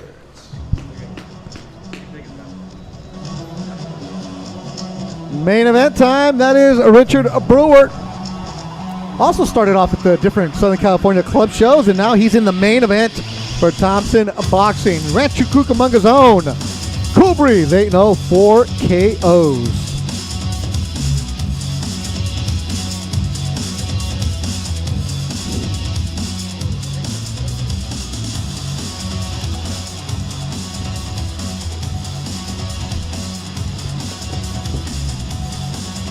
The music, fighters do not choose their own entrance. It's just come in and rock. Doug loves it. Come in and rock, baby. Got the neon on.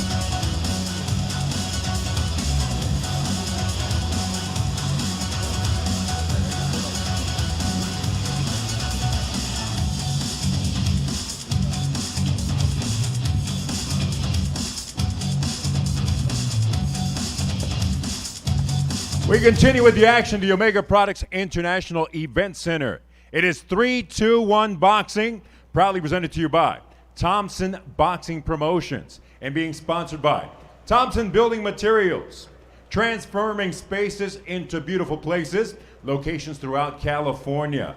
Omega Products International, the leading stucco manufacturer in the United States. Henry Fortifiber, moisture system control, easy as 1, 2, 3.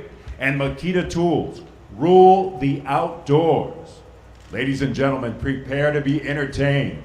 This is the main event of the evening. And we're gonna find out, ¿quién es el más macho? This bout, 6 rounds in the middleweight division. Our judges scoring at ringside are Max DeLuca, Daniel Sandoval, and Rudy Barragan. The ref in charge of the ring, Ray Corona. Presenting first, the fighter standing in the red corner, wearing dark blue with silver and gold trim. On the scale, he weighed in at an official 155 3/4 pounds. He enters the ring, an undefeated pro with 6 victories, 2 bouts even, 3 of those victories coming by way of KO. Fighting out of Los Angeles, California, Nate 100 Weston. Across the ring in the blue corner, wearing blue with neon green, he weighed in at an identical 155 3/4 pounds. He too enters the ring an undefeated pro with 8 victories, 4 of those victories coming by way of knockout. Representing Rancho Cucamonga, California, Richard Cool Breeze Brewart. This is a little higher. All right. Right here, at the top, right here, this is good. Touch gloves if you want now. This is my commands. God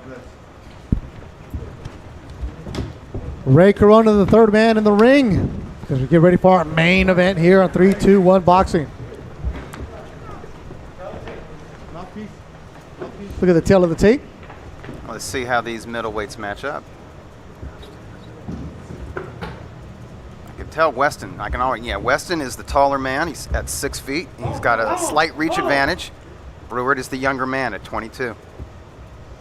And here we go, our main event. This was scheduled for 6 rounds.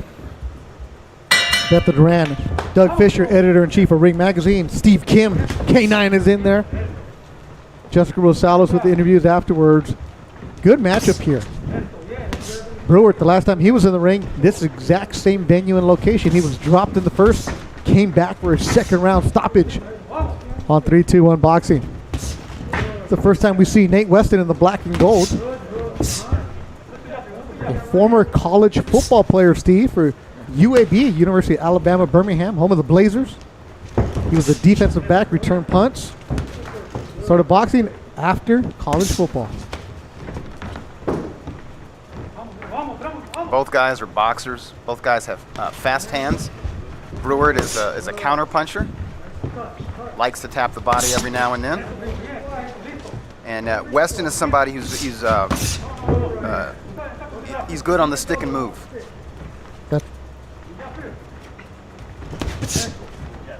Brewart trained by Henry Ramirez, Riverside, California. Gets quality work. You know, that test his last fight. That's what we've been talking about earlier, where you get matched up right, you learn. It was actually stunning. Oh, and he once gets again, caught. and it was a clean-up left hook thrown by Weston. Left hook by Weston, and he looked over at us with a little wink. Brewart looking at his corner, a little dazed here, halfway through the first. Back-to-back fights that Brewart goes down in the first. Gets hit with that overhand right by Weston.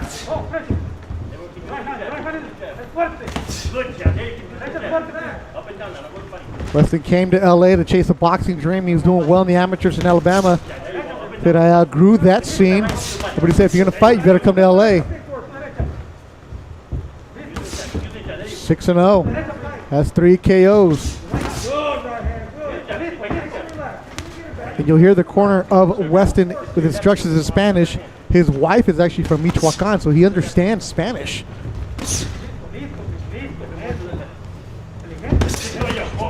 Wife Maria.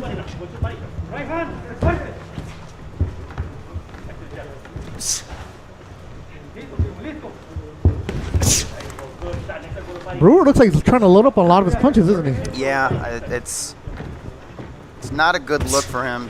He's at his best when he's being patient and he's capitalizing on his opponent's mistakes. And yeah, he started this one kind of fast, loading up with the right hand just like that one. Yeah, we've seen more than 5 of Brewer's fights, and he was always working his way. He looked like he came up with a different pace, different game plan today. Got caught in the first round.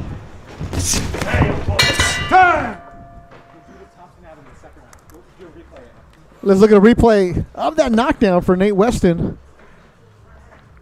He was able to connect. And Beto, for the second consecutive fight, you see Brewart hitting the deck, and right there, very simply, it was a right hand but a left hook coming around the corner. Brewart doesn't do a really good job of tucking in that chin, and bang, he goes down. Right now, he's down 10-8 in what is a 6-round fight, so there has to be some sort of sense of urgency in what is a relatively short fight. So you got 5 rounds here if you are Richard Brewart to make up at least 2 points. And that's the corner of Nate Weston. Estás bien?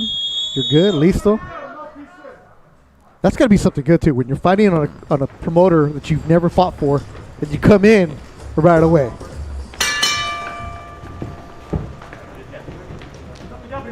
Weston in the black and gold. If you're joining us right now, let us know where you're watching us from on Thompson Boxing, Facebook, YouTube, Twitter. Saludos a todos los que están mirando ahorita. Weston should get right back on that jab. He's got the longer reach. He's got very quick hands, and he's got that quick right following that left stick. It seems to me he saves the right hand from whenever Brewart comes in close. He's not throwing a long range right hand. Let us know where you're watching and who you're rooting for on the Facebook. See, our good buddy Montero's watching us right now. Isn't he in Georgia? Yes. That's where the Atlanta area. Nate Weston, same. That's what he calls home. That's where all his people were at. He said.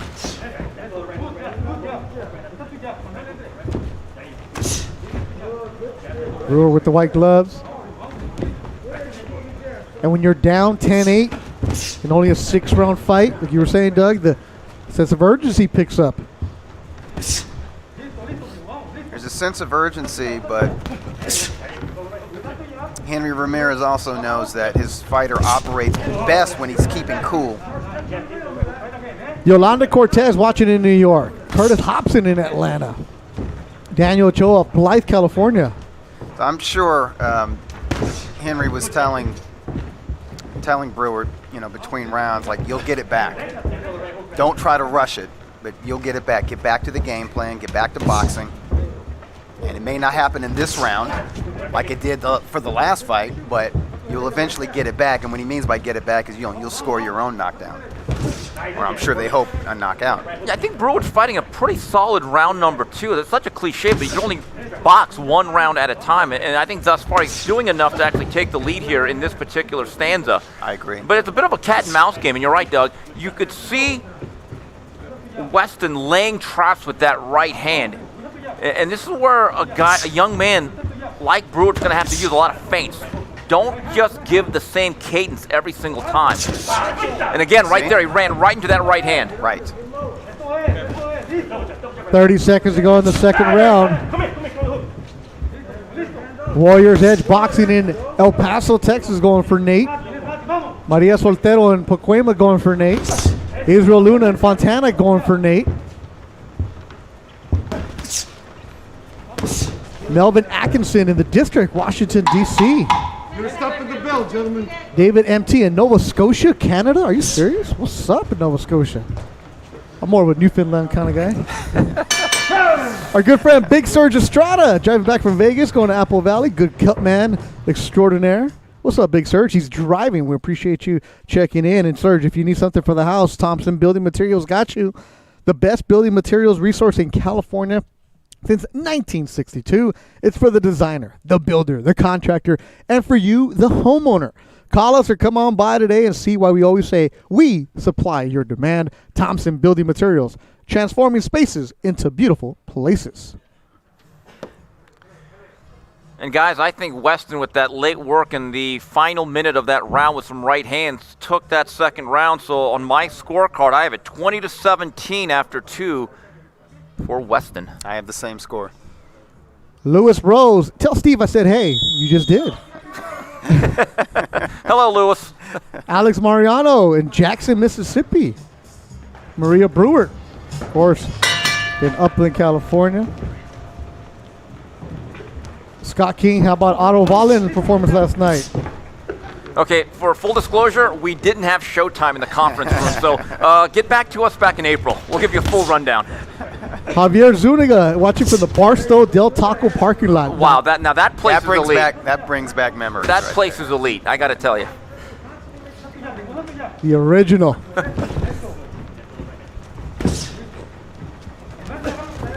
Richard Brewart, young fighter. He actually is responsible for taking care of his uncle Robert, who suffers from a body condition that doesn't allow him to do much. And Brewart wakes up, bathes his uncle, feeds him, takes care of him, essentially a caretaker for him, as Richard's uncle is there with him. It was a condition where he wasn't expected to live past his mid-30s. He's now 45. So he does that, then he goes and trains. Brewart also, because of what he has to do with his uncle, works with special ed kids as an aide. So because I understand what they're going through. So real nice young man. Has a big heart, but he's in a battle right now. He's landed some nice rights to the body, Brewart has. And I think that's a smart thing. The rumor is that Weston had to lose a lot of weight to make the contracted 156. I don't know how many pounds he had to lose, but there's a rumor that he had to lose some, more than a couple pounds to make weight. And when you do that, you're often susceptible to body shots. Desiree Soltero on Team Nate Weston. Robert Serrano, appreciate the compliments. It's good reuniting with Steve and Doug. It's been fun here. Matthew Zuniga and Van Nuys, the 818. He's on Team Brewster. Marco Favela watching us in Las Vegas. Just love that we can interact with people all over the world. 3-2-1 boxing, the main event coming for you. The next one scheduled in April. And I believe that show is going to feature a really good top-end prospect by the name of Ruben Ace Torres. Really? Cynthia Conti checking in. All right. What up, Cynthia? First of all, congratulations on the announcement of the Bundle of Joy coming for Cynthia soon. I'm pretty sure they're going to have some kind of boxing gear blinged out right away. Cynthia does good interviews for you, right, Doug? On Ring Magazine. The Ring Digital, our YouTube channel. And a lot of those videos make their way to our website and our Facebook page. Final seconds of the third round. You're stuck to the bell, gentlemen. I think it's been a very good round 3 for Richard Brewart. And he needed that. He needed to win one. Tim Boxale, as always, can't say this enough. Go and support Tim Boxale. If you're a fight fan and you're wondering, what am I going to do? Is there any fights in Panama? Oh, all the time. You know, I met Tim Oh, it's a real years person? ago, and he used to be remember things called the DVD? Remember those? Nope. Okay. And every month he would send me a package of every international fight before they were so readily available on YouTube and all these download sites. So this is how vast this collection is. He had fights that no one else could get, that guys like Brad Goodman at Top Rank, who have to get everything based on their job, they said, I can't even get these fights, yet you're getting them. Wow. I'm sure the matchmakers, the matchmakers would contact him. Yeah, and it was great because I didn't have managers, boxing managers as well. And it was great because as soon as I was done watching, I just give him to Brad. He'd get rid of him for me. Yeah, Tim Boxell is the man. If you're a fight fan and you want to watch a fight in Uzbekistan in the morning, Tanzania in the afternoon, and as you said, Antarctica, he will take care of you. And I love when he gives the links to the fights in TJ, because he's always, I gotta go. One day, I love working with you guys, but one day I need to work a fight at Big Punch Arena. I need to go to Big Punch Arena and just see what goes on in Tijuana, because, oh man, dreams come true. But no, seriously, Tim Boxell, we love what you do. We appreciate you. And I don't know how you make money, bro, or if you even sleep, but my goodness, you are doing great work for the boxing community. Ruckus checking in. What's up, Ruckus? Charlie Lopez checking in. Appreciate everybody looking through right now. Emma Favela, ¿cómo estamos, Emma? Young daughter of Marcos Favela in Las Vegas. Marcos, you had a kid, bro? Congratulations, man. You're having her watch boxing on Sunday night. There you go. Good memories there. We're in the fourth round. It's only scheduled for 6. Nate Weston drops Richard Brewart in the first. Brewart trying to climb back into this fight. Good body work from Nate Weston.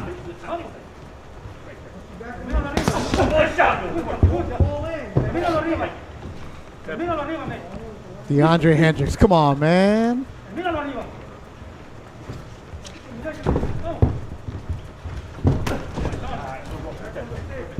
Weston moving around like that defensive back that he once was. No, Weston's a twitchy, fast, reflexive athlete. He just kind of like, as fight's going on, his work rate has subsided, but he's still doing a good job of laying traps and all of them exploding with the right hand. Right, and again, you see him again. Brewart needs to be very careful. One thing, Weston is waiting for him to get inside that mid-range, right to that hit zone where he can land that quick right hand over the top.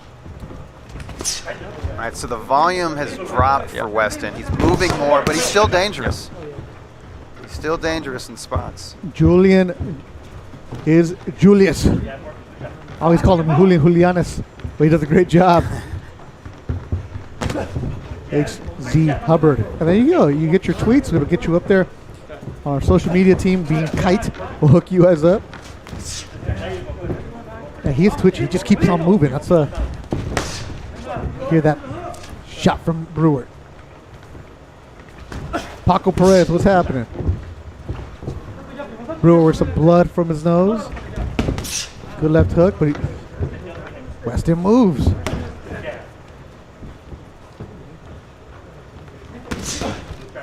Yeah, that counter from Weston.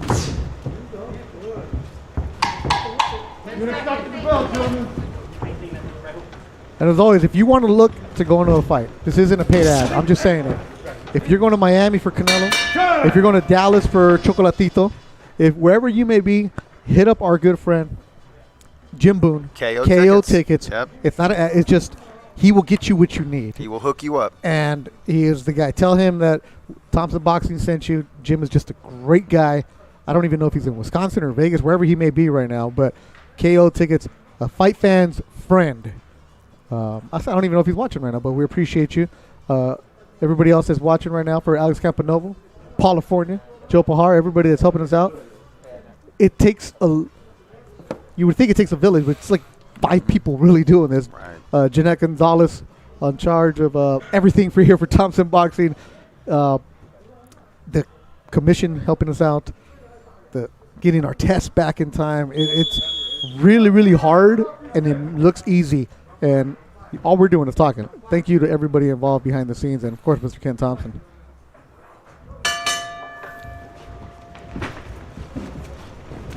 Fifth round. How do you have it, Steve? 39-36 Weston. I thought the fourth round was close, but I didn't think he landed the cleaner shots. I think at this time, if you're Henry Ramirez, you're hoping to have this be an 8-rounder. Time is running out a bit here for Richard Brewart. Yeah, I think Brewart needs to have a big round 5 and a big round 6 to clinch this. I did score at round 4 for Brewart, so I have it 38-37 for Weston.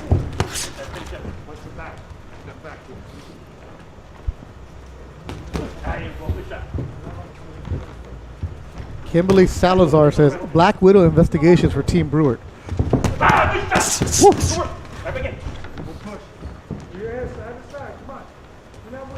Yeah, this is one where you kind of wish it was 8 rounds.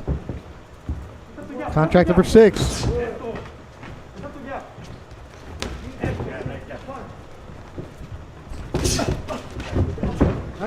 Push down, push down.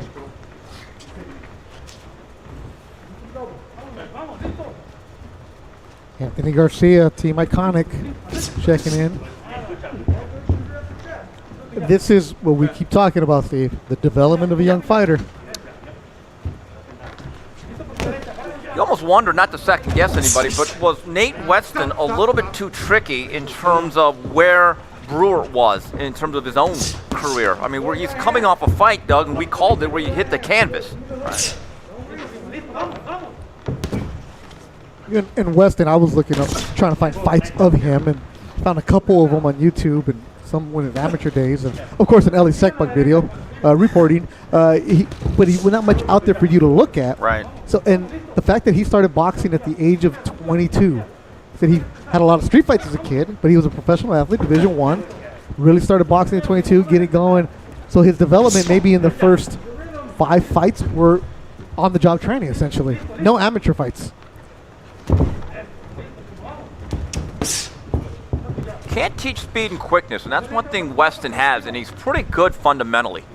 Technical standpoint, he has a good grasp of what he's doing, good ring IQ. Yeah, I'm surprised he doesn't have any amateur background. He had a like few in Alabama, but he said he wasn't much out there. No, but I would think he'd had 30 or 40 amateur bouts, just given his foundation and as comfortable as he is in the ring. But he was a man. He was mature when he made the choice to devote himself to professional boxing, and obviously he's taken this career very seriously.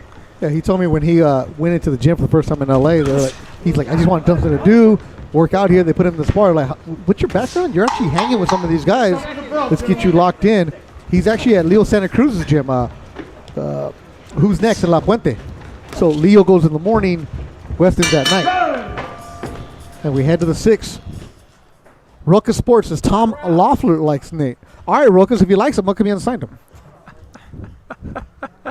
Come on, Ruckus. Love you. Appreciate you, man. Good job. Curtis Hobson said he was born with them hands. Ozzy Vargas, Coney Island in the house. Oh. Coney Island. What's up, Stefan Marbury? No, I'm not thinking. No. Was it Coney Island? No. Sebastian Telfair. Yes, and Jesus Shuttlesworth. Oh, had to pull that one out, Cynthia Conte, didn't Nate fight on one of the Hollywood Fight Nights? I think he did. He did. He was a draw. He was held to a draw, correct. All right. Thank you, Cynthia Conte. And right now, guys, going into the last 3 minutes, my highly official scorecard, I have it 49-45, Mr. 100. What's the highly official card now? Okay. We've upgraded. Thanks, everybody watching us. It's a Sunday night. You're probably meal prepping for the week, just like Steve Kim does. No, I just go to Raphael's. Or if you're meal prepping, or if you're having a big sushi like The Rock does, whatever it is you're doing, appreciate you joining us in the 6th and final round of the main event. Brewart's down on both cards here ringside. Needs to step it up. He went down in the first. He gets hit with the left hook again. What's impressive about Weston is you see a lot of athletes that try to box, and they use that athleticism in a very jittery, nervous way. Weston has a real calm demeanor in the ring. He's got real good eyes. You can see him focused on everything. And for most of the night, Brewart simply hasn't been allowed to really get on track with that right hand, and he uses his reflexes very well in terms of counterpunching with that backhand. And the only power punch that Brewart is landing with any regularity is the right to the body, but he doesn't follow up. There's a right to the body, did not follow up. On cue. It does not look like the Richard Brewart we've seen in the past. A step up in competition. Yeah, well, that has a lot to do with it. Your dance partner is going to really dictate how good or bad you look. He hasn't looked terrible, but again, I don't think he's ever faced that. Never had that ability where the guy facing him could catch and counter right back. Right. He's also, Doug, has never faced anybody who moves as much as him. Right. We've worked a bunch of his fights. Yeah. He's in with a difficult style. And, maybe it was a step too far. I mean, his last fight was against an unbeaten fighter who was awkward and heavy-handed. And the heavy-handedness showed itself in the opening round, so he was challenged there and he overcame it. Tonight, it's more of a cerebral challenge, but Weston is not only a difficult stylist. There's some mustard on those punches. Yep. Particularly that short right. And so he's had to pick himself up off the canvas again and get back into a fight. But this one looks like it's going the distance. I like Nate Weston. It's the first time seeing him. The development of a young fighter as you move on. Weston has 8 fights, only 3 stoppages. And look, he's not Julian Jackson, but when you get hit fast and clean with punches you don't necessarily see, that will dissuade you. It really will. And you can see with Brewart. Brewart has landed his share of right hands, but something came right back at him. Every time. So he was never able to really have a sustained, consistent attack. Final seconds of the fight. Nate Weston dropped Richard Brewart in the first. Looked like he controlled the rest of the way. We'll go to the judges' scorecards. There's only 6 in the main event.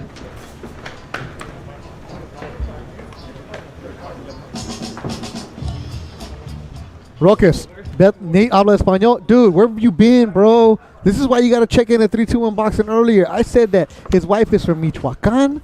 I shouted out Maria. I said his corner speaking to him in Spanish. Nate Weston habla español. He even has the Mexican flag on his Instagram bio, on his Twitter. Roques, come on, bro. You don't think I do my research, man? Yeah, no, Roques, I already had my first beer, bro. I appreciate you. No, Roques, thank you very much. Appreciate you sharing the 321 Boxing, and you're a big guy in the sport, so I appreciate you. Hopefully we see you soon.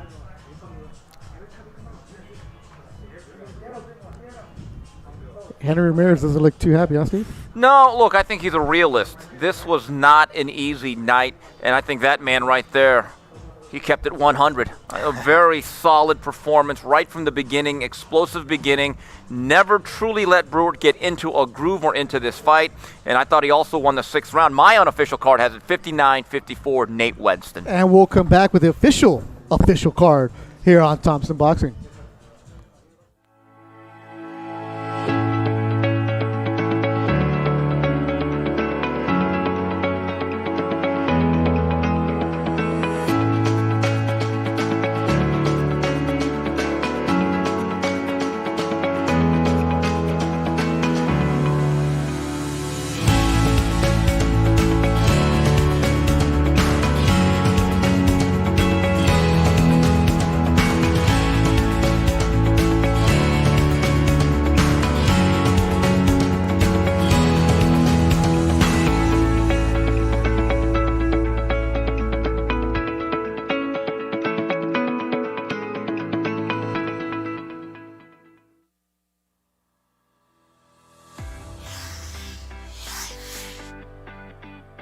Discover the advantages of the Henry Fortifiber 123 moisture control system.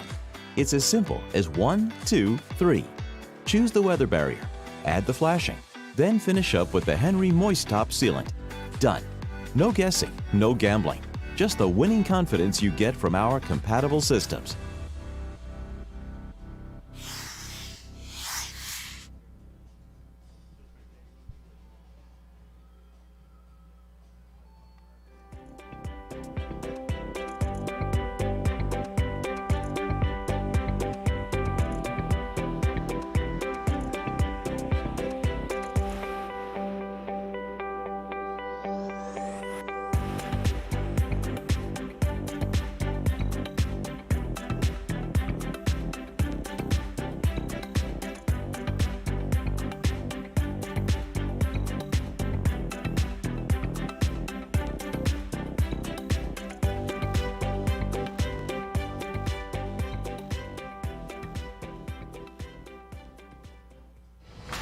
Experience the world's largest compatible cordless system. Makita's LXT batteries take you from power tools to outdoor power equipment. The blower delivers power comparable to a 24cc gas model. From the job site to your home, reach speeds of 116 miles per hour. Use Makita's cordless products anytime, anywhere. One system, endless possibilities. Now get 2 extra free batteries. After going all 6 rounds here at the Omega Products International Event Center, we consult the official scorecard to determine a winner. Judge Barragan scores it 58-55 in favor of Brewart. Judge DeLuca 57-56 in favor of Weston. And Judge Sandoval scores it 58-55 in favor of the winner by way of split decision, Richard Breeze Brewart. Go ahead, Steve. I'll have to respectfully disagree. I don't see how that young man, who we've seen often and probably going to see again, won that fight. Most of this bout, in my view, was controlled by the speed and quickness and the tactical superiority of Nate Weston. I don't know what to really say. We don't see a lot of bad decisions on this club show. I feel really bad for Nate Weston. I thought he won that fight fairly easily. He's looking over at us. Nate, all we could say is we're not judges. Right. And I agree with you, Steve. I think a draw would have been a poor decision, to be quite honest. And I had it more competitive than you. I had it 4 rounds to 2 for Weston. But with that knockdown, I mean, we're not even talking about the knockdown. I mean, so if you that should be the clincher. If it's 3-3, the he knockdown still should have won. sways it for 100. Exactly. Yeah, he still should have won, even if there was a, So we see your comments here on Facebook, and through full transparency, we are paid by Thompson. Richard Brewart is a Thompson fighter. Doug and Steve both had Weston winning. So before you even start with all the, this is the honesty. I did not keep 58-55 Weston. Yeah, I don't keep score. I thought Weston won. Sure. So all 3 of us here at ringside, but the judges had a different Speaking way. of the judges, this is funny. A couple minutes ago, Andy Foster, the head of this commission, hey, Steve, I am watching in El Dorado Hills. Good bouts. Andy, what happened? Just saying. I know. You're not working. Just saying. No, and it happens in boxing. You'll see it, and the judges have different angles from where we're sitting at also. But the only thing I can say is the judges did not like Weston's tactics. They didn't like in their view he was moving too much and not letting his hands go enough. But the thing is, in doing that, he was limiting the punches that Brewart could land. Brewart wasn't landing enough to take those rounds. Right, but with that said, when you're a judge, you have to be different than a fan. You don't have to like the style. Right. You have to judge the effectiveness. And I thought it was clear that the more effective boxer was. That was Nathan Weston. And some of the comments from people on Facebook before we went to the decision was that Weston was running too much. That just from some of the views on fans. And that's okay for a fan to say. But for judging, it comes down to who's landing the punches, who's landing the more effective punches. And we will be speaking with both fighters. Jessica Rosales will interview Richard Brewart and Nate Weston. Don't go anywhere. Let's go over to Jessica Rosales at the interview table. All right, sounds good. All right, guys. Joining us now, we've got Nate Weston here. And, of course, I can tell you can't stand still right now. Obviously unhappy with the decision. Tell us about that and how you felt when you heard those cards announced. I mean, this is the reason right here why fighters fight scared. This is why undefeated fighters don't want to face each other. Because bull crap like that. I knocked him down and I outboxed him for 6 straight rounds. But it is what it is. I knew that was going to be a risk coming into this fight. I gave it all in camp. I ain't no crybaby. And that's why they say in this sport, don't leave it to the judges. Yeah. And, one thing that I do got to note is obviously, there was fans, even our announcers said that they saw this fight, going more your way. When something like this happens, how do you step back into the ring and get back on track? It's very difficult. Honestly, I'm going to sit down and talk to my family about it because I put a lot into this to be taken away from me like that, you know what I'm saying? So, but to answer your question, if a champion wants to be a champion, if a person wants to do something, they're going to do it. So it's not hard. If you want to get back and do something, that's for anybody in the world. If you fail at anything, get back in there. You know what I'm saying? If that's something that you really want, go ahead and do it. All right, and you want to give a quick shout out to that family? Yes, I that want to give supported a shout out to multiple people. First, my boy George. I know you watching. Your pops died from COVID. I'm hurting with you, but you know I love you. I also want to say rest in peace to Cynthia Saldana, beautiful angel. She died from COVID as well. I want to say rest in peace to my brothers Jamal and Joseph. And I want to give a shout out to the city of Atlanta, my Uncle Clarence Jr., my dad, my mom, my brother Kurt, my sister Bungie, Deja, the whole city, you know what I'm saying? What can I say? Saludos, mi vijones. Gracias por su apoyo. Gracias por su. Gracias por todo. I mean, I'm just lost for words right now. Right. Los quiero mucho. And all I got to say is, Maria, Sapphire, I love you guys. I'll be home soon. All right, Nate, thank you so much for the time. I'm sure we'll be seeing you again soon. Go ahead and take these stairs down. And then joining us in just a bit, we have tonight's winner, of course, Richard Brewart, coming up here with us. He'll be giving his shout outs as well. What's going on? All right, Richard Brewart winning tonight by split decision. First off, let's talk about that and that win. Do you feel that you did enough to win this fight? Yeah, definitely. It was a close fight, but he caught me with the flash knockdown in the first round. It was kind of, he threw a right hand, but then he threw a hook, caught me in the back of the head. But otherwise, I thought I controlled every round. Maybe one round in there that was a little close, but I thought I controlled every round after that. I didn't see what he would have done to win. All right, and this is now 2 fights in a row that you've been knocked down in the first round. Obviously, a different game plan in this fight when you came back in the second. You were a bit more calm, a bit more relaxed than you were in your last fight. Talk about that, and you know, what did your corner say to you? Yeah, it was just a flash, so I was never hurt. When I came back to the corner, they knew I wasn't hurt because they saw the way I got up. As soon as I got up, I started controlling them back again with the jab. I was controlling that first round besides the knockdown. That was it. But otherwise, I stayed behind the jab. I was jabbing the body, jabbing the head, and that's what kept them at bay, kept me in control the whole time. So what would you say was the best punch for you tonight? My jab. My jab was everything. I was looking for the right hand, but he probably knew I was going to be throwing it, so he was probably working when he was in camps to get away from me because he knows that's my money punch.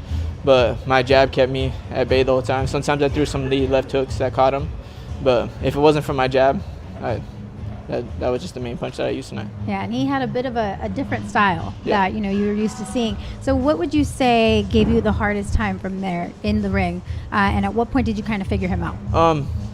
It wasn't really, he didn't really give me, I didn't feel too much of a problem. It was just a really chess match type of fight. Both of us were thinking, but if it wasn't for my jab, I probably wouldn't have done as well as I did.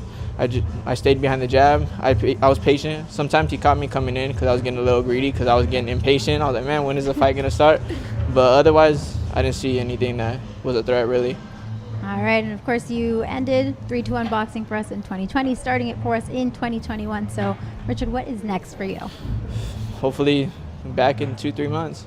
I'm always in the gym. I don't party, I don't drink, I don't do nothing. So I'm ready whenever they call me. I stay training, so just ready to go. Yeah, and we give you some time to give some love to the fans. So this is your moment. Take that mic, and what do you want to say to them? Yeah, I want to give a shout out to all my sponsors. AB Alvarez from 3 Foot Radius, Prep Life Meal Company. They take care of me a lot. Another friend of mine, Dom, Everlast, Ernie from Everlast, always taking care of me. A big thank you to Alex and Mr. Thompson for making sure, putting me on, always taking care of me. And a big shout out to my family, my mom, my dad, my sister. I love you guys. Thank you for everything you do. We're only going up from here. All right, thank you so much for the time. Congratulations on the win tonight. We'll send it back to you guys. Thank you.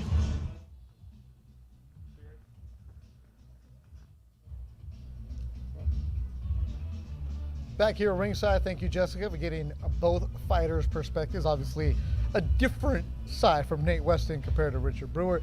Doug, we've seen a lot of different decisions, and obviously this could be one of them, but we heard in the beginning Weston say this is why guys don't want to fight other undefeated guys. He's not wrong. He's not wrong. And, in this era, that undefeated record is so important, as far as doors opening for you. Yep. So, when you lose once, you can bounce back from it. If you have 2 losses, people already brand you an opponent, and you get treated like an opponent. And unfortunately, Weston got treated like an opponent with an unbeaten record by the judges here. And Steve, when you look at it, though, we saw Weston give us some rounds, and I want to see this guy again. No, he's pretty solid. You know, people said he ran. I'll be honest. Look, was he Julian Jackson in there, or was he Arturo Gatti? No, but I didn't see Derek Smoke Gaynor either. I saw a guy that was very crafty, very quick, knew how to use his athleticism and turned it into real boxing. And look, at his age, he's 28. Right. He began boxing at 22. His options are relatively limited, and this is where it's going to be the catch-22. He's pretty solid. In fact, he's pretty solid, and I think really good. In fact, he's got a bit of a ceiling. So at that record, though, I'm not so sure how many matchmakers and managers are going to raise their hand and say, yeah, we want to face that guy. So that's what's so unfortunate about tonight. Again, I'll stick by what I said. I think Mr. Weston clearly won this fight tonight. Yep, and next one you'll for here on 321 Boxing will be April 18th, a main event to be announced shortly. And if you're watching this for the first time, like our friend Oscar said in Coney Island, that when he gets fighting again, April 18th, follow the Thompson Boxing social media accounts. They'll have all accounts for you. Thank you so much for participating with us, interacting with us.